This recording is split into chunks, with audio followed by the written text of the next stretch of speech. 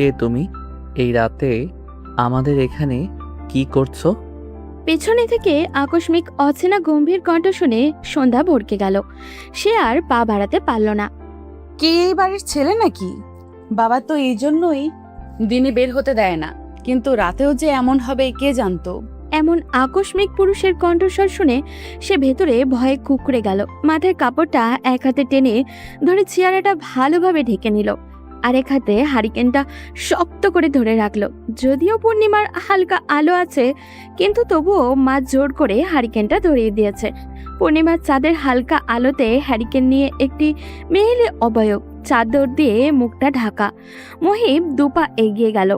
এমন নিশ্চুপ নির্বাক ভঙ্গিমা সে সহ্য করতে পারে না। কে তুমি?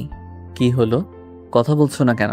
বিগত কয়েকদিন আগে সে ছুটিতে এসেছে, কিন্তু বাইরে থেকে বাসায় ঢুকতে গিয়েই এই প্রথম অচেনা প্রতিবিম্ব দেখে সে থমকে দাঁড়িয়েছে। সন্ধ্যা আলো আধারে ঠায় দাঁড়িয়ে রইল। সে কি করবে ভেবে পেল না। পালিয়ে যাবে কি? ঘোমটা পরিহিত হ্যারিকেন নিয়ে মেয়েটা কি অদ্ভুত লাগছে। মনে হচ্ছে কোনো অশরীরই দাঁড়িয়ে আছে, কিন্তু মুহিব সেদিকে পাত্তা দিল না। মেয়েটি পালিয়ে যেতে পা বাড়াতে নিতে মুহিব আরো সামনে এগিয়ে গেল। এই মেয়ে, এদিকে ফিরো। সন্ধ্যা ফিরল না। মুহিব নিজেই সন্ধ্যার সামনে গিয়ে দাঁড়ালো। যদিও বা রাত, কিন্তু পূর্ণিমার হালকা আলো আছে, আর মেয়েটির মুখের সামনে থাকা হ্যারিকেনের আলোতেই সবকিছু আরো বেশি স্পষ্ট। মেয়েটা তার গায়ের চাদর দিয়ে মুখ ঢেকে রেখেছে বলে চেহারা দেখা যাচ্ছে না। মুহিব পর্যবেক্ষণ করলো। এই রূপ গঠনের মেয়ে এর আগে সে এ পাড়ায় তো দেখেছে বলে মনে হচ্ছে না। এই রূপ অচেনা মেয়ে তাদের বাসার উঠানে কি করছে সেটা জানার জন্য তার আরো আগ্রহ বেড়ে গেল। সন্ধ্যা চাদরের আড়ালে তার সামনে আকস্মিক দুটো পা এসে দাঁড়াতে হকচকিয়ে পিছিয়ে গেল। সে কিছু বলতে মুখ খুলতে নিতেই ছোট বোনের ডাকে থেমে গেল। পেছন থেকে কুসুম এসে সন্ধ্যার পিছের চাদরের কোণাটা ধরে টান দিতেই তার মাথা থেকে চাদর আঁচল নিচে পড়ে গেল। চাদর সরাতেই খোলা মাথা বেরিয়ে সেই ফর্সা সুন্দর চেহারাটা হ্যারিকেনের আলোতে জ্বলজ্বল করে উঠল। কৃত্রিম আলোর পাশাপাশি চাঁদের আলোয় ভালোই স্পষ্ট সব। সন্ধ্যা তড়িঘড়ি পেছনে ফিরে আঁচল টেনে মুখ ঢেকে খুব দ্রুতই প্রস্থান করলো। আর মুহিবের সময়টাও ওখানেই আটকে গেল। তার ধ্যান 2 সেকেন্ডের সেই সময়টাতেই আটকে গিয়েছে। এতটা উজ্জ্বল মুখশ্রী! সে ধ্যান থেকে বেরিয়ে কিছু বলার ওঠার পূর্বেই মেয়েটি তার চেয়ে অনেক দূরে চলে গেল। এ যেন পূর্ণিমার আলোতে আরেক পূর্ণিমা। মুহিব কথা বলতে ভুলে গেল। সে যেন এতদিন এমনই একটি মেয়ের অপেক্ষায় ছিল। বাড়ির উঠান পেরিয়ে ঘরের দরজার কাছে যেতেই যে ভয়টা সব সময় পায়, সেটাই হলো সন্ধ্যার। আব্বা চলে এসেছে। বারান্দার খাটে বসে আছে। উঁচু আওয়াজে সন্ধ্যার নাম ধরে বার দুয়েক হাঁক ছাড়ল। সন্ধ্যার ছোট বোন কুসুম তার আপার দিকে ভয়ার্ত দৃষ্টিতে তাকালো। সন্ধ্যা হ্যারিকেনটা নিভিয়ে দিয়ে ধীর পায়ে ঘরের কাছাকাছি এগিয়ে গেল। ততক্ষণে সন্ধ্যার মা জোহরা ঘর থেকে গ্লাস ভরে পানি নিয়ে স্বামীর সামনে দিল। সন্ধ্যা কই? জোহরা শান্ত স্বরে উত্তর দিল, ঘরে আছে। আমি ডাকতাছি তবুও আসতেছে না কেন? জোহরা জানতো একটা না একটা খোঁজ বের করবেই, তাই সে চুপচাপ রইল। সন্ধ্যা ধীর পায়ে ঘরের বারান্দার কাছে এগিয়ে গেল। সে কুসুমকে কিছু একটা ইশারা করতেই কুসুম ধীর পায়ে বাবার পাশে গিয়ে বসলো। এই সুযোগে সন্ধ্যা দ্রুত পায়ে বাবার পেছন দিয়ে ঘরে ঢুকে গেল। ঘরে ঢুকতেই সে স্বস্তির শ্বাস ফেলে চুলার কাছে এগিয়ে গেল। ও একটু কাজ করছে, রান্না চড়িয়েছি তাই। তোমাকে মামের এই শুদ্ধ শুদ্ধ বয়ানগুলো আমার লগে কইবে না তো? আর এই মেয়ের আমার অবাধ্য কবে থেকে হইল? ডাকতাছি তাও আসতেছে না। ও চুলার কাছে তাই। আর তুমি তো ওকে সব সময় ঘরবন্দি করে রাখো। তুমিই তো বারান্দায় আসা বারণ করে দিয়েছো। জোহরার কথাগুলো বলতে দেরি, কিন্তু গালে সজোরে একটা থাপ্পড় পড়তে দেরি হলো না। জোহরা গালে হাত দিয়ে স্বামীর মুখ পানে চেয়ে দাঁড়িয়ে রইল। হাতে থাকা গ্লাসটা মাটিতে গড়িয়ে পড়ল। পুরুষের শক্তপোক্ত হাত স্বাভাবিকভাবে গালে আঘাত লাগবে, কিন্তু এটা অনেক রাগ থেকে দিয়েছে বিদায় ব্যথা একটু বেশি অনুভব হচ্ছে। সে চোখ মুখ খিচে ব্যথা সংবরণ করার চেষ্টা করলো। ব্যর্থ হতে গিয়েও তিনি সামনে নিলেন। তার শক্ত থাকা লাগবে। বাবার এমন কার্যকলাপ দেখে কুসুম দ্রুত দৌড়ে গিয়ে বই নিয়ে পড়তে বসলো। মাটিতে স্টিলের গ্লাসটা পরে দীর্ঘক্ষণ ধরে ঝনঝন শব্দ তুলেছে। জোহরা সেদিকে তাকালো। তোমার মাইয়া তোমার এইসব দেখাই তো বেয়াদব হইব, আর আমার মাইয়া আমি জানবো তাকে কিভাবে রাখতে হইব। জোয়ান মাইয়া কখন তো যায় না। জোহরা আর চুপ থাকতে পারল না, সেও সামান তালে বলে উঠল।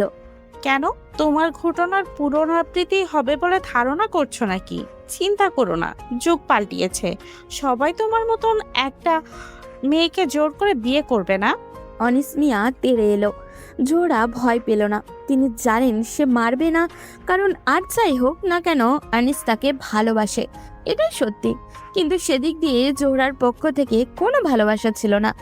এমন না যে এত বছরও তার সংসারের প্রতি মায়া আসেনি, তার মায়া আছে, কিন্তু তার ঘটনার পুনরাবৃত্তি ভয় তার স্বামীকে পেতে দেখে আরও রাগ ওঠে। সবাই কি তার মতো নাকি, যে তার স্থান ভুলে যাবে? তার জন্য পরিবারের সাথে যোগাযোগটাও পর্যন্ত নেই। বিয়ের এত বছর পরেও তাকে এভাবে চোখে চোখে রাখে, এতটা ভাবতেই জোহরা তাচ্ছিল্য হাসল। তার স্বামী মনে করে এত বছর পরেও জোহরা তার পছন্দের মানুষের সাথে ভেগে যাবে, এটাই তার মনের ভয়। জোহরা হাসল। যে ঘটনা নিজে করেছে আর তার ফল ভোগ করেছে তার মা আর মেয়ে। আনিস মিয়া মারতে তেড়ে গিয়েও পিছিয়ে আসলো। এই মেয়েটিকে সে অসম্ভব ভালোবাসে, কিন্তু কেন জানি দেখাতে বা প্রকাশ করতে পারে না। সেই জন্যই হয়তো এখনো তার ভয় যে মেয়েটি বোধহয় শুধুমাত্র তার ভয়েই এখানে সংসার করছে, হয়তো এখনো তাকে ভালোবাসতে পারেনি। জোর করে কি আর ভালোবাসা হয়? তার বউ আর মেয়ে অসম্ভব সুন্দরী, সে নিজের কর্মকাণ্ডের জন্যই এই দুইটা মানুষকে সব সময় বাধার উপরে রাখে। কারণ তার ধারণা, যদি মেয়েটার পরবর্তী জীবনও তার মায়ের মতো হয়, তার মাকে যেভাবে সে তুলে এনেছিল, মেয়েটিকেও যদি সেই রকম কেউ করে, বাবা হয়ে তো এটা তো সে মেনে নিতে পারবে না। তাই তো এত ধমকের মধ্যে রেখেও মেয়েটিকে ভয়ের মধ্যে রাখে। নয়তো তারও তো ইচ্ছা করে ফুলের মতো মেয়েটিকে কাছে টেনে আগলে নিতে, অথচ তার এই ভেতরের ভালোবাসাটা কেউ উপলব্ধি করতে পারে না। জোহরা সামনের দুয়ারের উপর থেকে পাটের বস্তা এনে পানি পড়ার স্থানটাতে বিছিয়ে দিল। মাটি হওয়াতে পানিগুলো শুষে নিলে সেই স্থানটা ভেজা ভেজা হয়ে কালচে রঙের হয়ে যায়। এই জিনিসটা তার বড্ড অপছন্দ, তাই তো তাড়াতাড়ি বস্তা এনে দিয়েছে। কিন্তু এরই মধ্যে পানি অনেকটা শুষেও গিয়েছে। সে বসে বস্তাটা দিয়ে মেঝেটা একটু মুছে সেই স্থানে আরেকটা শুকনো বস্তা বিছিয়ে দিল। বস্তা বিছিয়ে সে ঘরে ঢুকে গেল। ঠোঁটের পাশে জ্বলছে খুব, ছিঁড়ে টিড়ে গেল নাকি? সন্ধ্যায় রান্নাঘরেই ছিল, মা চুলাতে রান্না চড়িয়েছে। সে চুলার কাঠটা ভালো মতো ঠেলে দিল। গ্লাস পড়ার আওয়াজটা সে শুনেছে, কিন্তু যায়নি। সে জানে তার বাবা ঠিকই আবার মাকে আগলে নিবে, কিন্তু সে গেলে হয়তো রেগে যাবে, আবার সেই রাগ তার মায়ের উপরেই ফেলবে। তাই সে উঠে মায়ের কাছে গেল না। সে বুঝতে পারে না তার বাবার চক্ষুশূল কেন সে, এই প্রশ্নের উত্তর তার জানা নেই। রাতে খেয়ে দিয়ে শুতেই কুসুম বোনকে জড়িয়ে নিল। সন্ধ্যা আলো আধারের মাঝে এক নজর বোনের দিকে তাকিয়ে জড়িয়ে ধরা হাতটার উপরে হাত রাখলো। হ্যারিকেনের আলো নিভু নিভু করছে, হয়তো জ্বালানি ফুরিয়ে আসছে। আপা, ঘুম আসছে না। সন্ধ্যা বোনের দিকে পাশ ফিরে বোনকে আগলে নিল। কুসুমের মাথায় চুলে হাত বুলাতে বুলাতে বলল, এবার ঘুম আসবে, ঘুমিয়ে পড়। আপা, একটা গল্প বলো না। কিসের? জিজ্ঞাসা করতেই কুসুমের মন নেচে উঠল। তার মানে আপা আজ গল্প শোনাবে? তোমার যেটা ভালো লাগে। আমার তো রূপকথা পছন্দ। তাহলে সেটাই বলো। বলেই কুসুম ফিরল বোনের দিকে। সন্ধ্যা রূপকথার সাগরে হারিয়ে গেল। তারও ইচ্ছা করে রূপকথার রাজকন্যাদের মতো করে মুক্ত পাখির মতো বিচরণ করতে। তারপর একটা সময় কোনো এক রাজপুত্র এসে ভালোবাসার চাদরে মুড়িয়ে নিয়ে যাবে। সন্ধ্যা হাসলো। এসব কি ভাবছে সে? রূপকথার জীবন কি কোনোদিনও ও মানুষ পায়? বেশ কিছু সময় পরে সে গল্প শেষ করে পাশ ফিরতে গিয়েই খেয়াল করলো কুসুম তাকে জড়িয়ে ধরা অবস্থায় ঘুমিয়ে পড়েছে। সন্ধ্যা হেসে বোনকে আরও আগলে নিল। পাশ ফিরে হ্যারিকেন বন্ধ করতে নিতেই অনুধাবন করলো তাদের বাড়ির পেছনে কেউ হয়তো হাঁটছে। সন্ধ্যার মনে মনে আওড়ালো, এত রাতে পেছনে মানুষ? সে পাত্তা দিল না। বাড়ির আশেপাশে ইদানিং মানুষের আনাগোনা বেড়েছে, কি জানি হয়তো শীতের রাত, তাই চোরের উপদ্রব বেড়েছে। সন্ধ্যা কুসুমকে ডিঙিয়ে হ্যারিকেন নিভিয়ে বোনকে জড়িয়ে ধরে শুয়ে পড়ল। রাত গভীর থেকে গভীরতর হচ্ছে, কিন্তু তার চোখে ঘুম ধরা দিচ্ছে না। চারিদিক থেকে নীরব রাতের ঝিঝি পোকার ডাক ভেসে আসছে। তার ইচ্ছে করলো এক দৌড়ে বাইরে গিয়ে এই নিশ্চুপ পরিবেশটা উপলব্ধি করতে। তার মাঝে মাঝে ইচ্ছে হয় মুক্ত পাখির মতো অন্যদের মতো করে বাইরে বিচরণ করতে, কিন্তু বাবার কড়া নিষেধ, সে পেরে ওঠে না। মাঝে মাঝে বনের উছিলায় বের হওয়া হয়। এই তো যেমন আজকে রাতেও সে বের হয়েছে। কুসুমের জন্য সে নিজেও একটু খোলা বাতাস গায়ে লাগাতে পেরেছে। হোক না রাত, তবুও তো সুন্দর অনুভূতি তো পেল। এসব ভাবতেই সেই কণ্ঠস্বরটা কথা মনে পড়ে গেল। এই প্রথম কোনো পুরুষের কাছাকাছি অবস্থান করেছিল সে। মুহিব নড়ে চড়ে বেশ কিছুক্ষণ ঘুমানোর চেষ্টা করলো, কিন্তু ঘুম যেন আজ তার সাথে আড়ি করেছে। বারবার চোখ বন্ধ করতে নিতেই চোখের সামনে ভেসে উঠেছে সেই হ্যারিকেনের হলদে আলোয় জল করা চেহারাটা। মুহিব শোয়া থেকে উঠে বসলো। সে উঠে মাথা চেপে ধরল।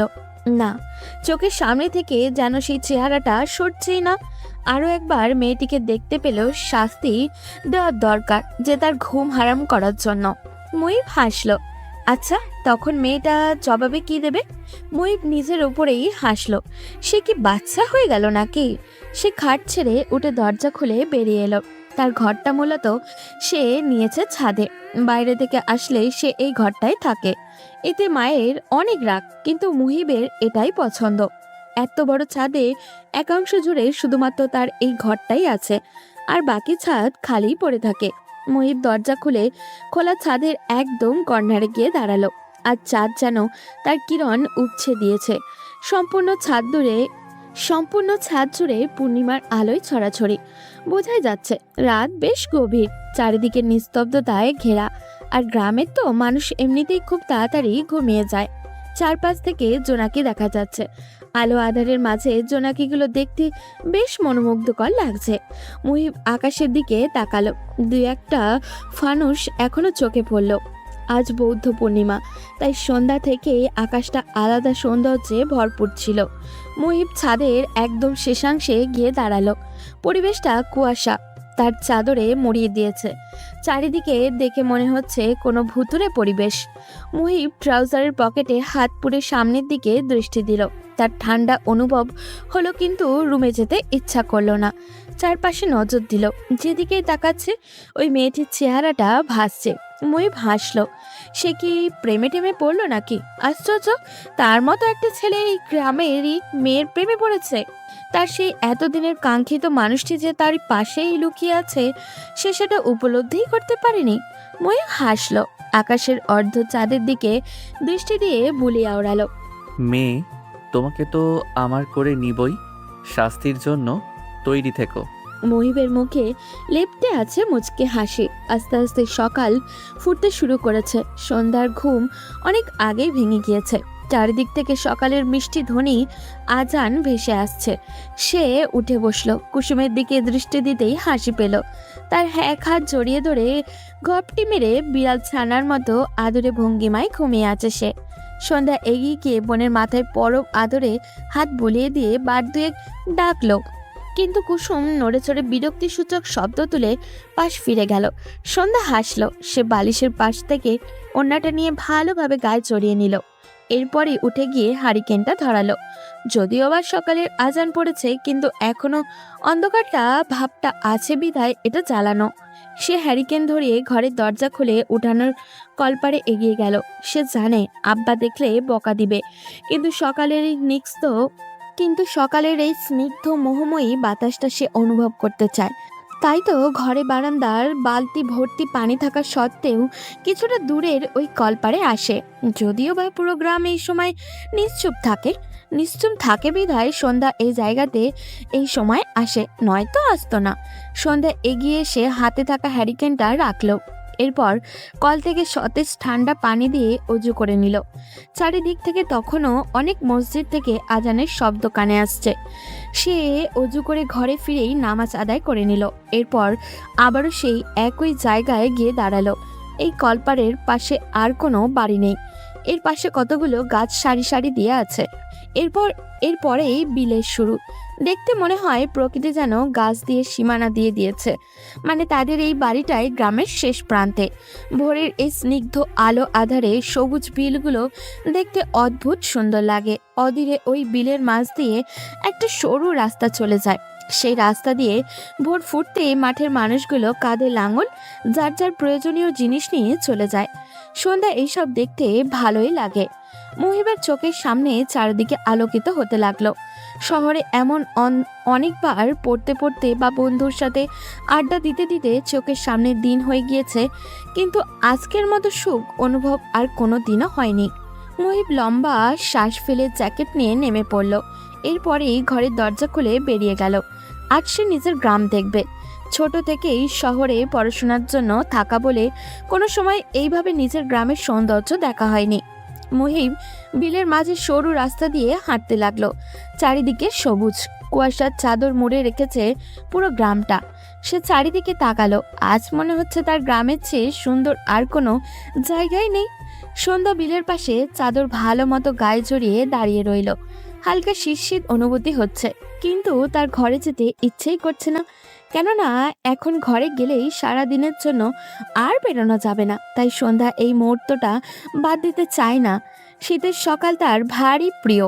সে খালি পায়ে বিলের ধারে নেমে গেল।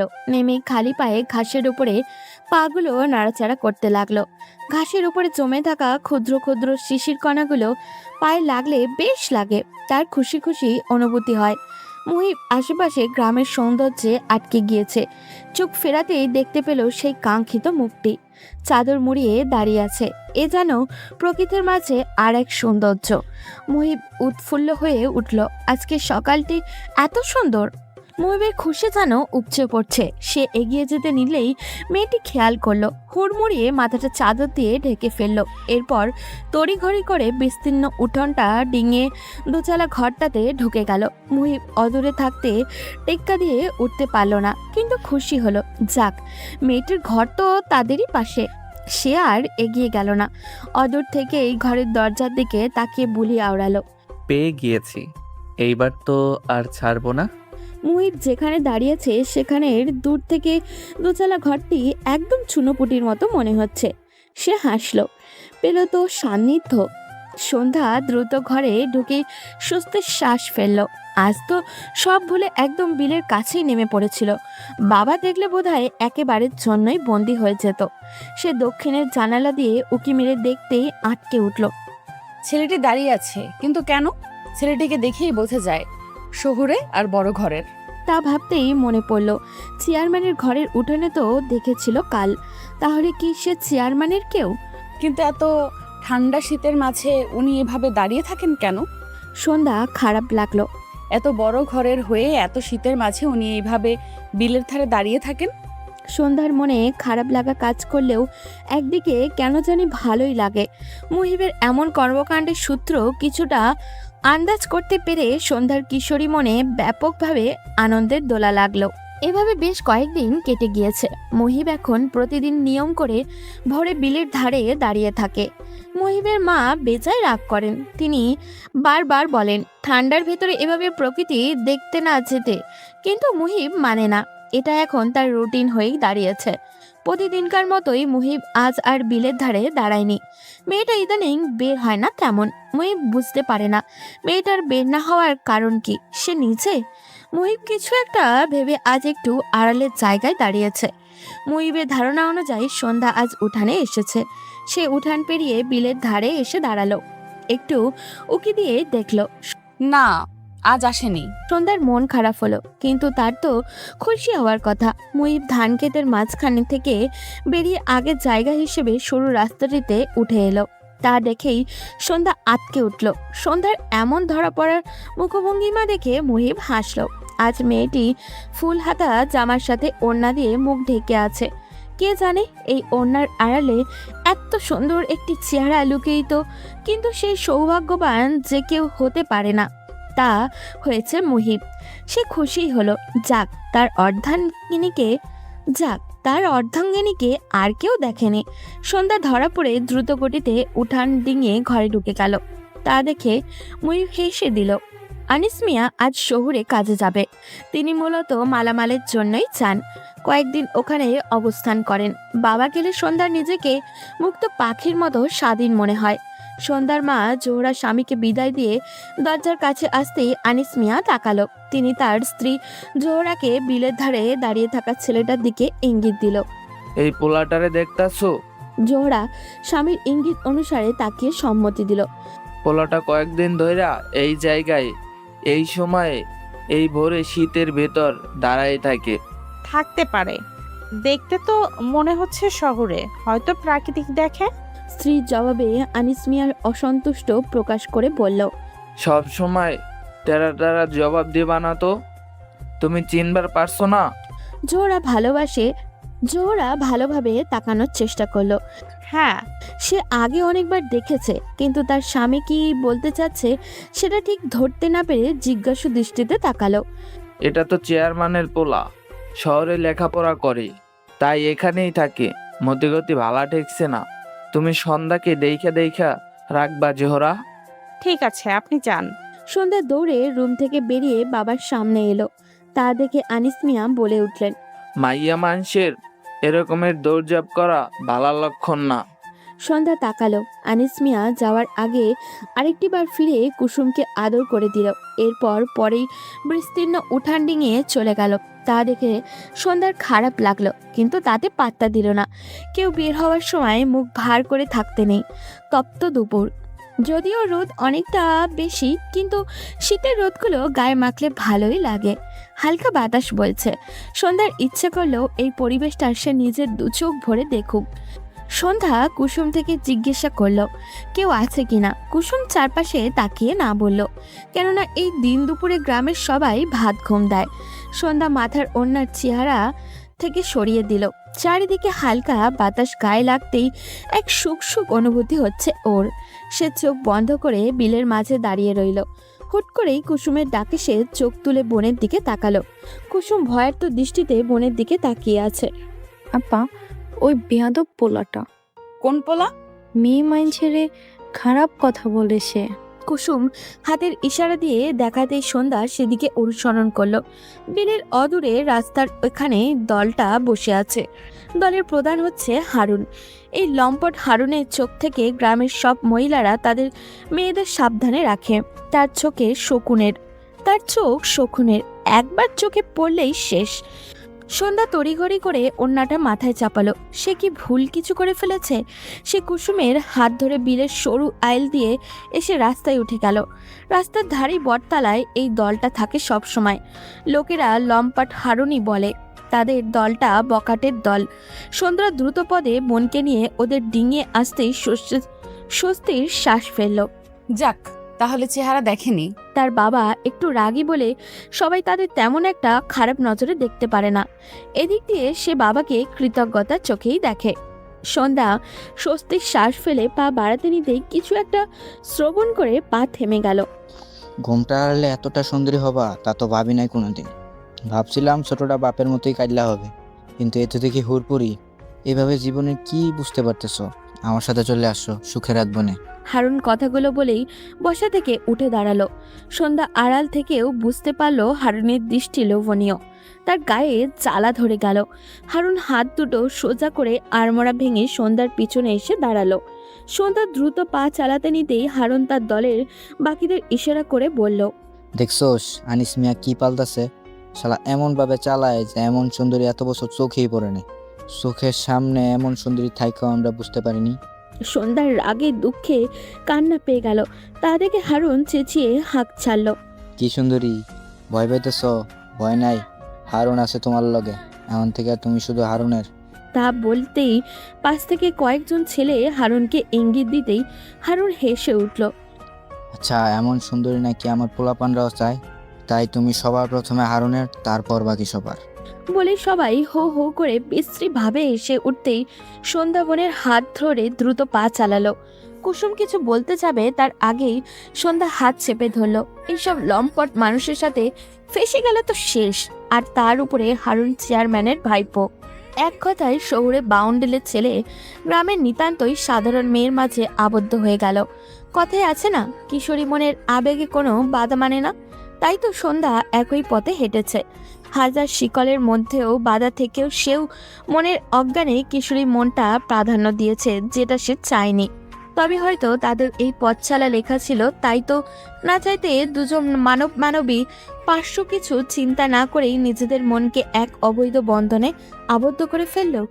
সন্ধ্যা এপাশ ওপাশ পাশ ফিরল। হ্যারিকেনের হলদে মিটমিটে আলোয় সন্ধ্যার ঠোঁটে হাসি লেগে আছে। মুহিবের কথা ভাবতে ভাবতেই চোখের পলকে মাঝরাত হয়ে গেল। কেন জানি ছেলেটার কথা ভাবতে গেলেই তার মুখে হাসি ফুটে ওঠে। হয়তো কেউ একজন তাকে এতটা প্রাধান্য দেয় সেটা ভেবেই। সন্ধ্যা ঘুমন্ত কুসুমের দিকে একবার তাকালো। কি সুন্দর করে ঘুমিয়ে আছে। সন্ধ্যা হ্যারিকেনটা নিয়ে টেবিলের ধারে বসে পড়ল। টেবিলের সামনাসামনি জানালাটা খুলে দিল। খোলা জানালা দিয়ে ফুলের মিষ্টি ঘ্রাণ ভেসে আসছে। নিম গাছের ফুলের স্নিগ্ধ মোহময়ী ঘ্রাণটা সন্ধ্যার ভারী পছন্দ। আধারে চারিদিক থেকে ঝিঝি পোকার ডাক ভেসে আসছে। জোনাকিরা রাতের আধারে তাদের হলদে আলোয় অন্ধকারের মাঝে তাদের সৌন্দর্যের কিরণ ছড়াচ্ছে। সন্ধ্যা ব্যাগের কোণে থেকে কুসুমের হাতে দেওয়া চিঠিখানা খুলল। মুহিবের হাতে দেওয়া এটাই তার প্রথম চিঠি। কথায় আছে না, প্রথম যে কোনো কিছুই সুন্দর। সন্ধ্যা হ্যারিকেনের মিটমিটে আলোতে চিঠিখানার উপরে হাত বুলিয়ে দিল। এরপরেই চিঠিখানা খুলে পড়তে আরম্ভ করলো। কি সম্বোধন করব? আমি এখনো তোমার নাম জানি না, কিন্তু সেদিন পূর্ণিমার আলোতে মনে হয়েছে চাঁদের প্রতিচ্ছবি দেখলাম। শহরে ছিলাম বিধায় শখের বশে অনেকবার চিঠি লেখা হয়েছে পরিবার আর বন্ধুদের, কিন্তু আজকেরটা ভিন্ন। কেন জানি শব্দ গোলমাল হয়ে যাচ্ছে, তবুও লিখতে বসলাম। যেটাই লিখছি না কেন মনে হচ্ছে আমি তাল হারিয়ে ফেলছি। প্রিয়, কোনো এক কাল বৈশাখীর বিকালে যখন চারদিকটা নিকষ কালো আধারে ঢেকে যাবে, রাস্তার সবাই খুব তাড়া নিয়ে বাড়ি ছুটবে, তখন তুমি আর আমি পাড়ার সালাম চাচার চায়ের দোকানে খুব আরাম করে বসে চা আনতে বলবো। সালাম চাচার চা খেয়েছো? স্বাদ অনেক। সেই একসাথে চা পান করার মুহূর্তের সঙ্গী কি হবে?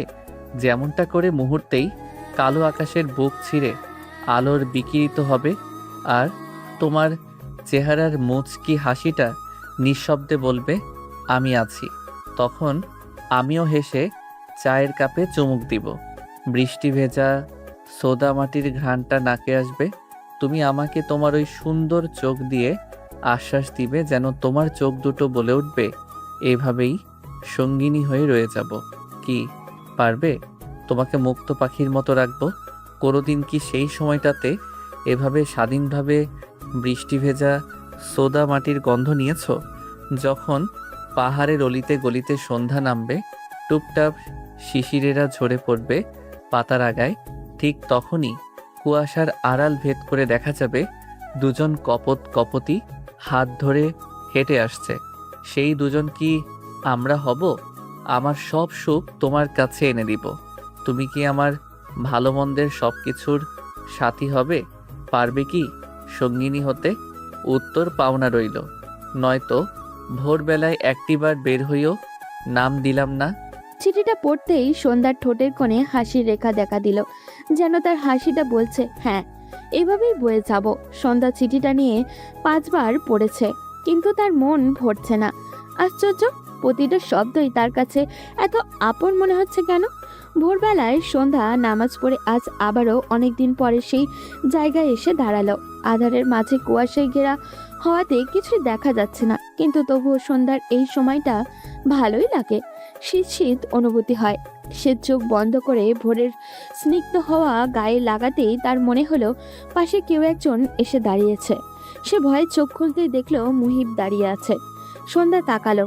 এই প্রথম লোকটিকে একদম কাছ থেকে দেখেছে, যে লোকটা তাকে এক পলক দেখার জন্য তীব্র শীতের মাঝেও দাঁড়িয়ে থাকে। এতটা গুরুত্ব তাকে কেউ কোনোদিনও দেয়নি, তাই এত মায়া অনুভব হয় তার প্রতি। সন্ধ্যা ওড়না ভালো মতো চেপে সরে আসলো। সরেই আশেপাশে তাকালো। মুহিব হাসলো আর বলল, ভয় নেই, এই সময় কেউ থাকে না, তুমি জানোই। আপনি উত্তর পেয়েছি তাই এসেছি। এই ঠান্ডার ভেতরে এইভাবে এখানে দাঁড়ান কেন? তোমার দেখা পাওয়ার লোভে। ঠান্ডা লাগে না? তোমাকে দেখার তৃষ্ণাতে সব কিছু সয়ে যায়। মুহিবের শান্ত স্বরে বলা কথাটা সন্ধ্যার কি যেন খুঁজে পেল। এতটা গুরুত্ব সে? সন্ধ্যার জবাবে কিছু বলল না। মুহিব তাকালো। জানো, তুমি পূর্ণিমার মতো সুন্দর। গল্পের ডায়লগ বলবেন না। তুমি গল্পের বইও পড়ো? হ্যাঁ, পড়ি। বাহ, এই যুগে আমার গ্রামে এমন একটা মেয়ে আছে, আমি ভাবতেও পারিনি। মুহিবের কণ্ঠে অবাকের রেশ। সন্ধ্যা চুপ রইল। মুহিব অদূরের কুয়াশায় ঘেরা ধান ক্ষেত গুলোর দিকে দৃষ্টি দিল। সন্ধ্যা, তোমাকে আমি ভালোবাসি। আপনার আর আমার স্থান আলাদা। ভালোবাসার মাঝে কোনো ভেদাভেদ নেই। সমাজ তো আছে। সমাজ থাকবেই, সেটা ইতিবাচক বা নেতিবাচক হোক, সমাজ বলবেই। কিন্তু আমি চাই না কোনোটার প্রভাব পড়ুক। ঠিক আছে, তোমার কথাই হবে। অবশ্যই তোমার মতামতকে সম্মান জানাই। ইতিমধ্যেই ভোর ফুটতে শুরু করেছে। চারিদিকে আস্তে আস্তে আলোকিত হচ্ছে। সন্ধ্যা ঘরের দরজার দিকে তাকালো আর বলল, মা ওঠার সময় হয়ে এসেছে। সে চলে যেতে নিলে মুহিব পথ আটকালো আর বলল, আমি খুব তাড়াতাড়ি পরীক্ষা শেষ করে তোমার কাছে আসব, তোমাকে নিজের সাথে বাঁধিয়ে নিব। সন্ধ্যা পা বাড়ায়। অর্ধেক পথ এসেই হেসে ফিরে তাকায় মুহিবের দিকে। মুহিব নিস্তব্ধতায় ঘেরা রাত উপভোগ করছে। এমন সময় কাঁধে কারো স্পর্শ হয়ে মুহিব ফিরে তাকিয়ে আবারও সামনের দিকে দৃষ্টি দিয়ে স্বাভাবিক কণ্ঠে বলল, তুই? হ্যাঁ মামা। মুহিব সামনের দিকে তাকিয়ে রইল। হারুন বলল, ইদানিং আমারে আর কোনো খোঁজ নাই না তুমি, কি ব্যাপার? মুহিব হাসল। তুই একা একা মুচকি হাসতেছস কেন বলতো? কি মনে হচ্ছে? মুহিব হারুনের দিকে তাকিয়ে প্রশ্ন ছুড়ে দিল। তার প্রশ্নের ধরন বুঝতে পেরে হারুন চমকালো। মামা প্রেমে পড়ছস তাই না? খেয়াল করতেছি সব। পর মুহূর্তেই হারুন আবারও বলে উঠল, দেখাবা না? প্রেমে ধরা যায় না, সে যে লজ্জাবতী। তবে হ্যাঁ, পেয়েছি তো অবশ্যই। আবার আসবো, তখন দেখাবো। হারুন খুশি হলো। তার ভাই সমান বন্ধু প্রেমে পড়েছে। মুহিব তাকালো হারুনের দিকে। সে ভ্রুকুচকে জিজ্ঞাসা করলো, তোকে এমন খুশি লাগছে কেন? হারুন মাথা চুলকালো। তা দেখে মুহিব আর চোখে তাকালো। কি ব্যাপার? এই গ্রামে তো একই মাইয়া আছে, তারা আমারই লাগবো। মুহিব বোঝার ভঙ্গিতে মাথা নাড়ালো আর বলল, তাহলে বলে দেই। মাইয়া তেজ আছে বউ, যেমন তেজ তেমন সুন্দরী। এ এমন কি মেয়ে? তুই দেখলে তুইও প্রেমে পড়ে যেতিস মামা, এমনই সুন্দর সে। মুহিব হারুনের কথায় হাসলো। সে মনে মনে আওড়ালো, আমি তো শুধু তার মাঝে আবদ্ধ, আর কারোর প্রতি না। হারুন আবার বলল, শালা বাপটা এমন ভাবে পাল্টাছে বোঝায় যায় না, সুন্দরীর লোকে তেজ বাপটা আয়না দিছে। মুহিব হারুনের দিকে তাকালো। সে স্বাভাবিক কণ্ঠে শুধালো, মেয়ে মানুষের তেজ থাকবে স্বাভাবিক, তাই বলে উল্টাপাল্টা কিছু করবি না। রাজি না হলে নেই, সবার একটা মত থাকে। মুহিবের কথায় হারুন হাসলো। রাজি না হইলে নেই, এটা তো হইব না, রাজি হইতেই হইব, যেই করেই হোক। তুই দেখলে বুঝতি। আমার দেখার সময় নেই, পরের বার আসলেই তোকে চাচাকে বলে বিয়ের ব্যবস্থা করব। তারপরই তুই ঠিক হবি। হিমছড়ি আর শিউলির পাতায় জমেছে কত নতুন প্রেমের গল্প। চেয়ে দেখো ভোরের আকাশে কুয়াশা মিশেছে অল্প স্বল্প। সন্ধ্যা মুহিবের পেছনে এসে দাঁড়িয়েছে। মুহিব বুকে দুহাত গুছে সামনের দিকে দৃষ্টি দিয়ে কবিতা ওড়াচ্ছে। সন্ধ্যা বেশ কিছুক্ষণ চুপ রইল। সেও সামনে তাকিয়ে মুহিবের উদ্দেশ্যে শুধালো, কি ব্যাপার, মনমরা লাগছে আপনাকে? হয়তো। সন্ধ্যা মুহিবের দিক থেকে দৃষ্টি সরিয়ে নিল। সে সামনের দিকে তাকিয়ে শুধালো, কারণটা কি জানতে পারি? মুহিব তাকালো সন্ধ্যার দিকে। তাতে সন্ধ্যা আরেকটু সরে দাঁড়ালো। মুহিব তার উদ্দেশ্যে বলল, এই ধরো, তুমি কারণ। সন্ধ্যা ভরকে গিয়ে বলল, মানে আমি আবার কি করলাম? সন্ধ্যার ভরকানো দেখে মুহিব হাসলো আর বলল, ভয় নেই, গুরুতর অপরাধ নয় যে ফাঁসি হবে। সে না হোক, কিন্তু অপরাধী তো অপরাধের কারণটা জানতেই পারে। সব অপরাধ তো আর জেনে শুনে হয় না। মুহিবের কথা সন্ধ্যা বুঝতে না পেরে নিশ্চুপ রইল। তাতে মুহিব হাসলো। সে আচমকা সন্ধ্যার কাছাকাছি এসে দাঁড়াতেই সন্ধ্যা কয়েক পা পিছু সরে গেল। মুহিব এগিয়ে সন্ধ্যার দিকে তাকিয়ে নেশাগ্রস্ত কণ্ঠে বলল, মেয়ে, তোমার তো শাস্তি প্রাপ্য। কেন বলুন তো? আমার ঘুম কেড়ে নিয়েছো তাই। এটা আবার অপরাধ নাকি? হ্যাঁ, আমার জন্য অপরাধ। আচ্ছা, শাস্তিটা কি? যাবজ্জীবন এবং সশ্রম কারাদণ্ড দিব। জেলার আপনি? হ্যাঁ, সেই দায়িত্ব আমি নিব। মানে মানে আমার সাথে যাবজ্জীবন কারাদণ্ডে থাকতে? সশ্রম। হ্যাঁ, আমাকে ভালোবাসতে হবে। সন্ধ্যা হাসল। সে অদূরে আধারের মাঝে আকাশে অস্পষ্ট চারটার দিকে দৃষ্টি দিল। সে চোখ সরাতেই দেখতে পেল মুহিব হালকা আলোতেও তার দিকে তাকিয়ে আছে। সন্ধ্যা সরে দাঁড়ালো। এভাবে চেয়ে আছেন কেন? আমার অস্বস্তি হচ্ছে। চোখ সরছে না যে? আমার কি দোষ? আকাশের দিকে চেয়ে দেখুন একবার, চাঁদটা কি সুন্দর। চাঁদই তো দেখছি। কি? একটা শুভ্র নিষ্কলুষ চাঁদ। চাঁদ কি আবার নিষ্কলঙ্ক হয় নাকি? হয় হয়, আমার আকাশে যে চাঁদ বিচরণ করে সে একেবারে নিষ্কলঙ্ক, নিষ্পাপ। যদি সেটি অমাবস্যায় হারিয়ে যায়? মুহিব আবারও হাসল। হারাতে দিলেই তো, তাকে তো আমি গ্রহণ করে আগলে বুকের মধ্যে সযত্নে রেখে দিব। সন্ধ্যার হুট করে ভীষণ রকম সুখ অনুভব হলো। সে সামনে এগিয়ে শিশির ভেজা ঘাসের উপরে আলতো করে পা রাখলো। তাতেই সে উৎফুল্ল হয়ে মুহিবকে ডাকলো। মুহিব এগিয়ে গেল। সেও সন্ধ্যাকে অনুকরণ করে খালি পায়ে শিশির ভেজা ঘাসের উপরে দাঁড়ালো। এক অদ্ভুত শিরশিরে অনুভূতি। সন্ধ্যা এইভাবে দাঁড়িয়ে অদূরে তাকালো। ভোরের আলো ফুটতে শুরু করেছে। ঝিঝি পোকার ডাক থামিয়ে দিয়েছে। সে আনমনা হয়ে গেল। সে জানে না এটার পরিণতি কি হবে।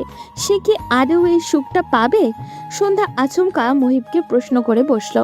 আমাকে সত্যিই চান? হ্যাঁ চাই। এতে সন্দেহ আছে? কেন, তুমি চাও না? তবে হালালভাবেই সব হোক। সন্ধ্যার কথায় মুহিব আশ্বস্ত ভরা কণ্ঠে উত্তর দিল। তবে তাই হোক। বাড়িতে যাচ্ছি আমি। বলেই সন্ধ্যা পা বাড়ালো। কিন্তু আমার যে শেষ বর্ষের পরীক্ষা বাকি, তারপর না হয় পাঠাবো প্রস্তাব। কিন্তু এতদিন সহ্য করব কিভাবে? আর কোনো পথ নেই। আপনি ততদিনে ভালো মতো পরীক্ষা শেষ করেন। ভালো থাকবেন। বিদায়টা এভাবে দিচ্ছ? আমি আজ রাতে চলে যাব। সন্ধ্যা চলে আসতে নিতেই থমকে দাঁড়ালো। মুহিব আজ চলে যাবে। সে কিভাবে থাকবে? সন্ধ্যা নিজেকে শক্ত করলো। কেন? মুহিব আসার আগে তো সে দিব্যি ভালো ছিল। এখনো সেভাবেই থাকবে, কিন্তু থাকবে কিভাবে?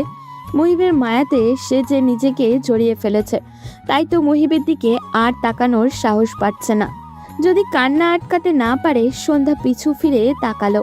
মুহিব তারই দিকে জবাবের আশায় তাকিয়ে আছে। সে সামনে ফিরে জবাব দিল। আপনি ভালোভাবে পরীক্ষা দিয়েন, সহি সালামতে ফিরে আসবেন। অপেক্ষায় থাকবো। মুহিবের মন খারাপ হলো। সন্ধ্যা তাকে এভাবে বিদায় দিচ্ছে। সন্ধ্যার হুট করেই কঠিন হওয়াটা মুহিবকে প্যারা দিল। কি হয়েছে মেয়েটার হুট করে? ঠিক আছে, এই পরীক্ষাটা শেষ হোক, তারপর তোমার আমার মিল আর কেউ আটকাতে পারবে না সন্ধ্যা। প্রমিস করলাম। এসেই তোমার বাড়িতে প্রস্তাব দিয়েই নিজের সাথে বেঁধে নিব। সন্ধ্যা চলে যেতে যেতেই মুহিবকে কথাগুলো শুনে কান্নার মাঝেও মুচকি হাসালো। রাতে রওনা দিবে মুহিব। প্রতিবার এভাবে যাওয়ার সময় তার মন ভালো থাকে না, কেননা বহুদিন পরে আবারও বন্ধুদের দেখবে। কিন্তু এইবার কেন জানি খারাপ লাগা কাজ করছে। সে রুমে গিয়ে জানলা খুলে দিল। জানালার মুখোমুখি টেবিলে খাতা কলম নিয়ে বসে পড়ল। বেশ কিছুক্ষণ ভাবনা থেকে লিখে সে দরজা খুলে ছাদের কর্নারে গিয়ে দাঁড়ালো। মুগ্ধ চোখে শীতের কুয়াশা ঘেরা নিস্তব্ধ নির্জীব রাত দেখছে সে। আশ্চর্য, ইদানিং সবকিছু তার চোখে এত মনোমুগ্ধকর লাগছে কেন? পর মুহূর্তে বিদায়ের কথা মনে হতেই তার মনটা খারাপ হয়ে গেল। এই কয়েকদিন প্রতিটা দিন সন্ধ্যাকে নিয়ম করে দেখা তার অভ্যেস হয়ে দাঁড়িয়েছিল। এখন সেই মেয়েটাকে সে পুরো 2টা মাস চোখের দেখাও দেখতে পারবে না। থাকবে কিভাবে সে? মেয়েটা যে তাকে এক অদৃশ্য মায়াতে জড়িয়ে নিয়েছে। একটু ছুঁয়ে দেখার তৃষ্ণা তাকে এই 2 মাস গুমড়ে গুমড়ে খাবে। সন্ধ্যা তাকে ছাড়া ভালো থাকবে তো, নাকি সন্ধ্যাও তারই মতো অপেক্ষায় দিন কাটাবে? মুহিব অদূরে দৃষ্টি দিয়ে বুলি আওড়ালো। মন খারাপ করো না, আমি পরীক্ষাটা শেষ করেই ফিরে আসব তোমার কাছে। এসেই নিজের সাথে বেঁধে নিব। বিড়বিড় করে কি কইতাছস? মুহিব ফিরে তাকালো। হারুনকে দেখতে পেয়ে আবারও সামনে দৃষ্টি দিল। কইলি না তো। তোর মতো তো খবর নিয়ে ঘুরি না। প্রেমে পড়ার পরে তুমি বদলায় যেতেছো মিয়া। মুহিব ফিরে তাকিয়ে বলল। তুইও নিজেকে বদলে ফেল। হারুন মাথা দুদিকে হেলিয়ে হাত দুটো সোজা করে আড়মোকা ভেঙে হামি তুলল আর বলল। আমি কি খারাপ নাকি? মুহিব স্বাভাবিক কণ্ঠে বলল। সেটা পুরো এলাকা জানে। তোর ভয়ে পাড়ার মহিলারা মেয়েদের বের হতে দেয় না, সেটা তো বুঝি। চিন্তা করো না, ওই মায়ারে পাইলে আমি আর কোনো দিকে তাকাবো না। মুহিব কিছু একটা আজ করতে পেরে বলল। তুই যেভাবে বলছিলি সেই অনুযায়ী মেয়েটি ভালো, এত ভালো মেয়ে, আর পরিবার তোর কাছে তাকে দিবেই বা কেন? তুই আমার ভাই বন্ধু, এভাবে কইস না। তো কিভাবে বলবো তোর কোনো ভালো ব্যাকগ্রাউন্ড নেই যে তোরে তাকে দিবে? এই জন্য বলি কি, ভালো হয়ে যা, বটতলায় বসে মেয়েদের টিস করিস না, তাদের একটা স্বাভাবিক জীবন দে ভাই, কোনো একটা কাজ টাজ ধর। সব কিছু সারা জমি যদি ওই মেয়েটারে পাই। যদি মেয়েটাকে না পাস? হারুন চাইছে আর পাইনি এমন কিছু আছে? আমি তো পামুই যেভাবেই হোক। মুহিব কিছু একটা আজ করতে পেরে হারুনকে শাসনের সুরে শুধালো। ভুল ক্রমেও মেয়েটির বিপরীতে গিয়ে কিছু করবি না বলে দিলাম। ঠিক আছে। হারুনের জবাব পেয়েও মুহিব বেশ কিছু সময় তার দিকে তাকিয়ে রইল। ছেলেটির বিশ্বাস নেই, যদি সে আর কয়েকদিন থেকে যেতে পারতো এখানে, তাহলে কিছু একটা করে হারুনকে সংশোধন করা যেত, কিন্তু এখন তো থাকা সম্ভব না। তার যে ফাইনাল পরীক্ষা। সাইলা বেগম আর ছেলের পছন্দ মতো সব রান্না করেছে। ছেলে এতদিন কাছে ছিল, তার মন শান্ত ছিল, আবার এতগুলো দিন বাইরে থাকবে। মুহিব খেয়ে মায়ের আঁচলে হাত মুখ মুছে উঠে দাঁড়ালো। তা দেখে সাইলা বেগম হাসলেন। ছেলেটার আর এই স্বভাবটা গেল না, এত বকাঝকা করেন তাও ছেলে খেয়ে হাত মুখ মুছবে মায়ের আঁচলে। বাসের টিকিট কয়টা নিয়েছিস বাবা? এই তো এখনই রওনা দিব। বাবা কই? রুমে আছে। মুহিব মায়ের কথা শুনে সিঁড়ি বেয়ে রুমের উদ্দেশ্যে রওনা দিল। আগে রুম থেকে সব ব্যাগপত্র নিয়ে আসা যাক, তারপর না হয় বাবাকে বলবে।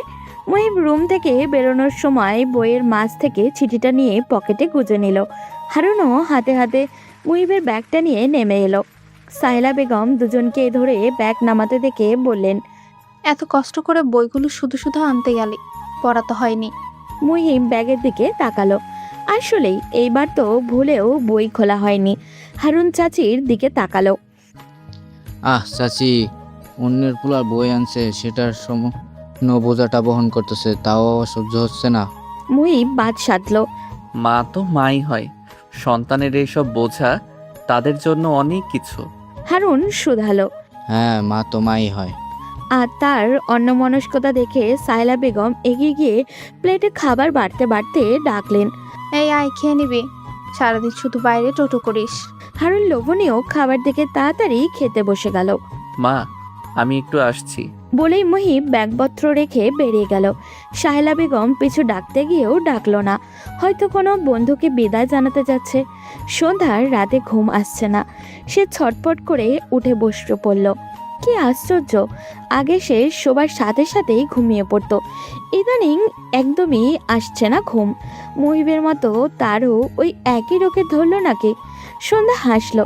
না, এই রোগে শান্তি আছে, খুব শান্তি আছে। নিজেকে সুখী সুখী মনে হয়। সে হ্যারিকেন নিভাতে গিয়েও মনে হলো তাদের ঘরের আশেপাশে কেউ হাঁটছে।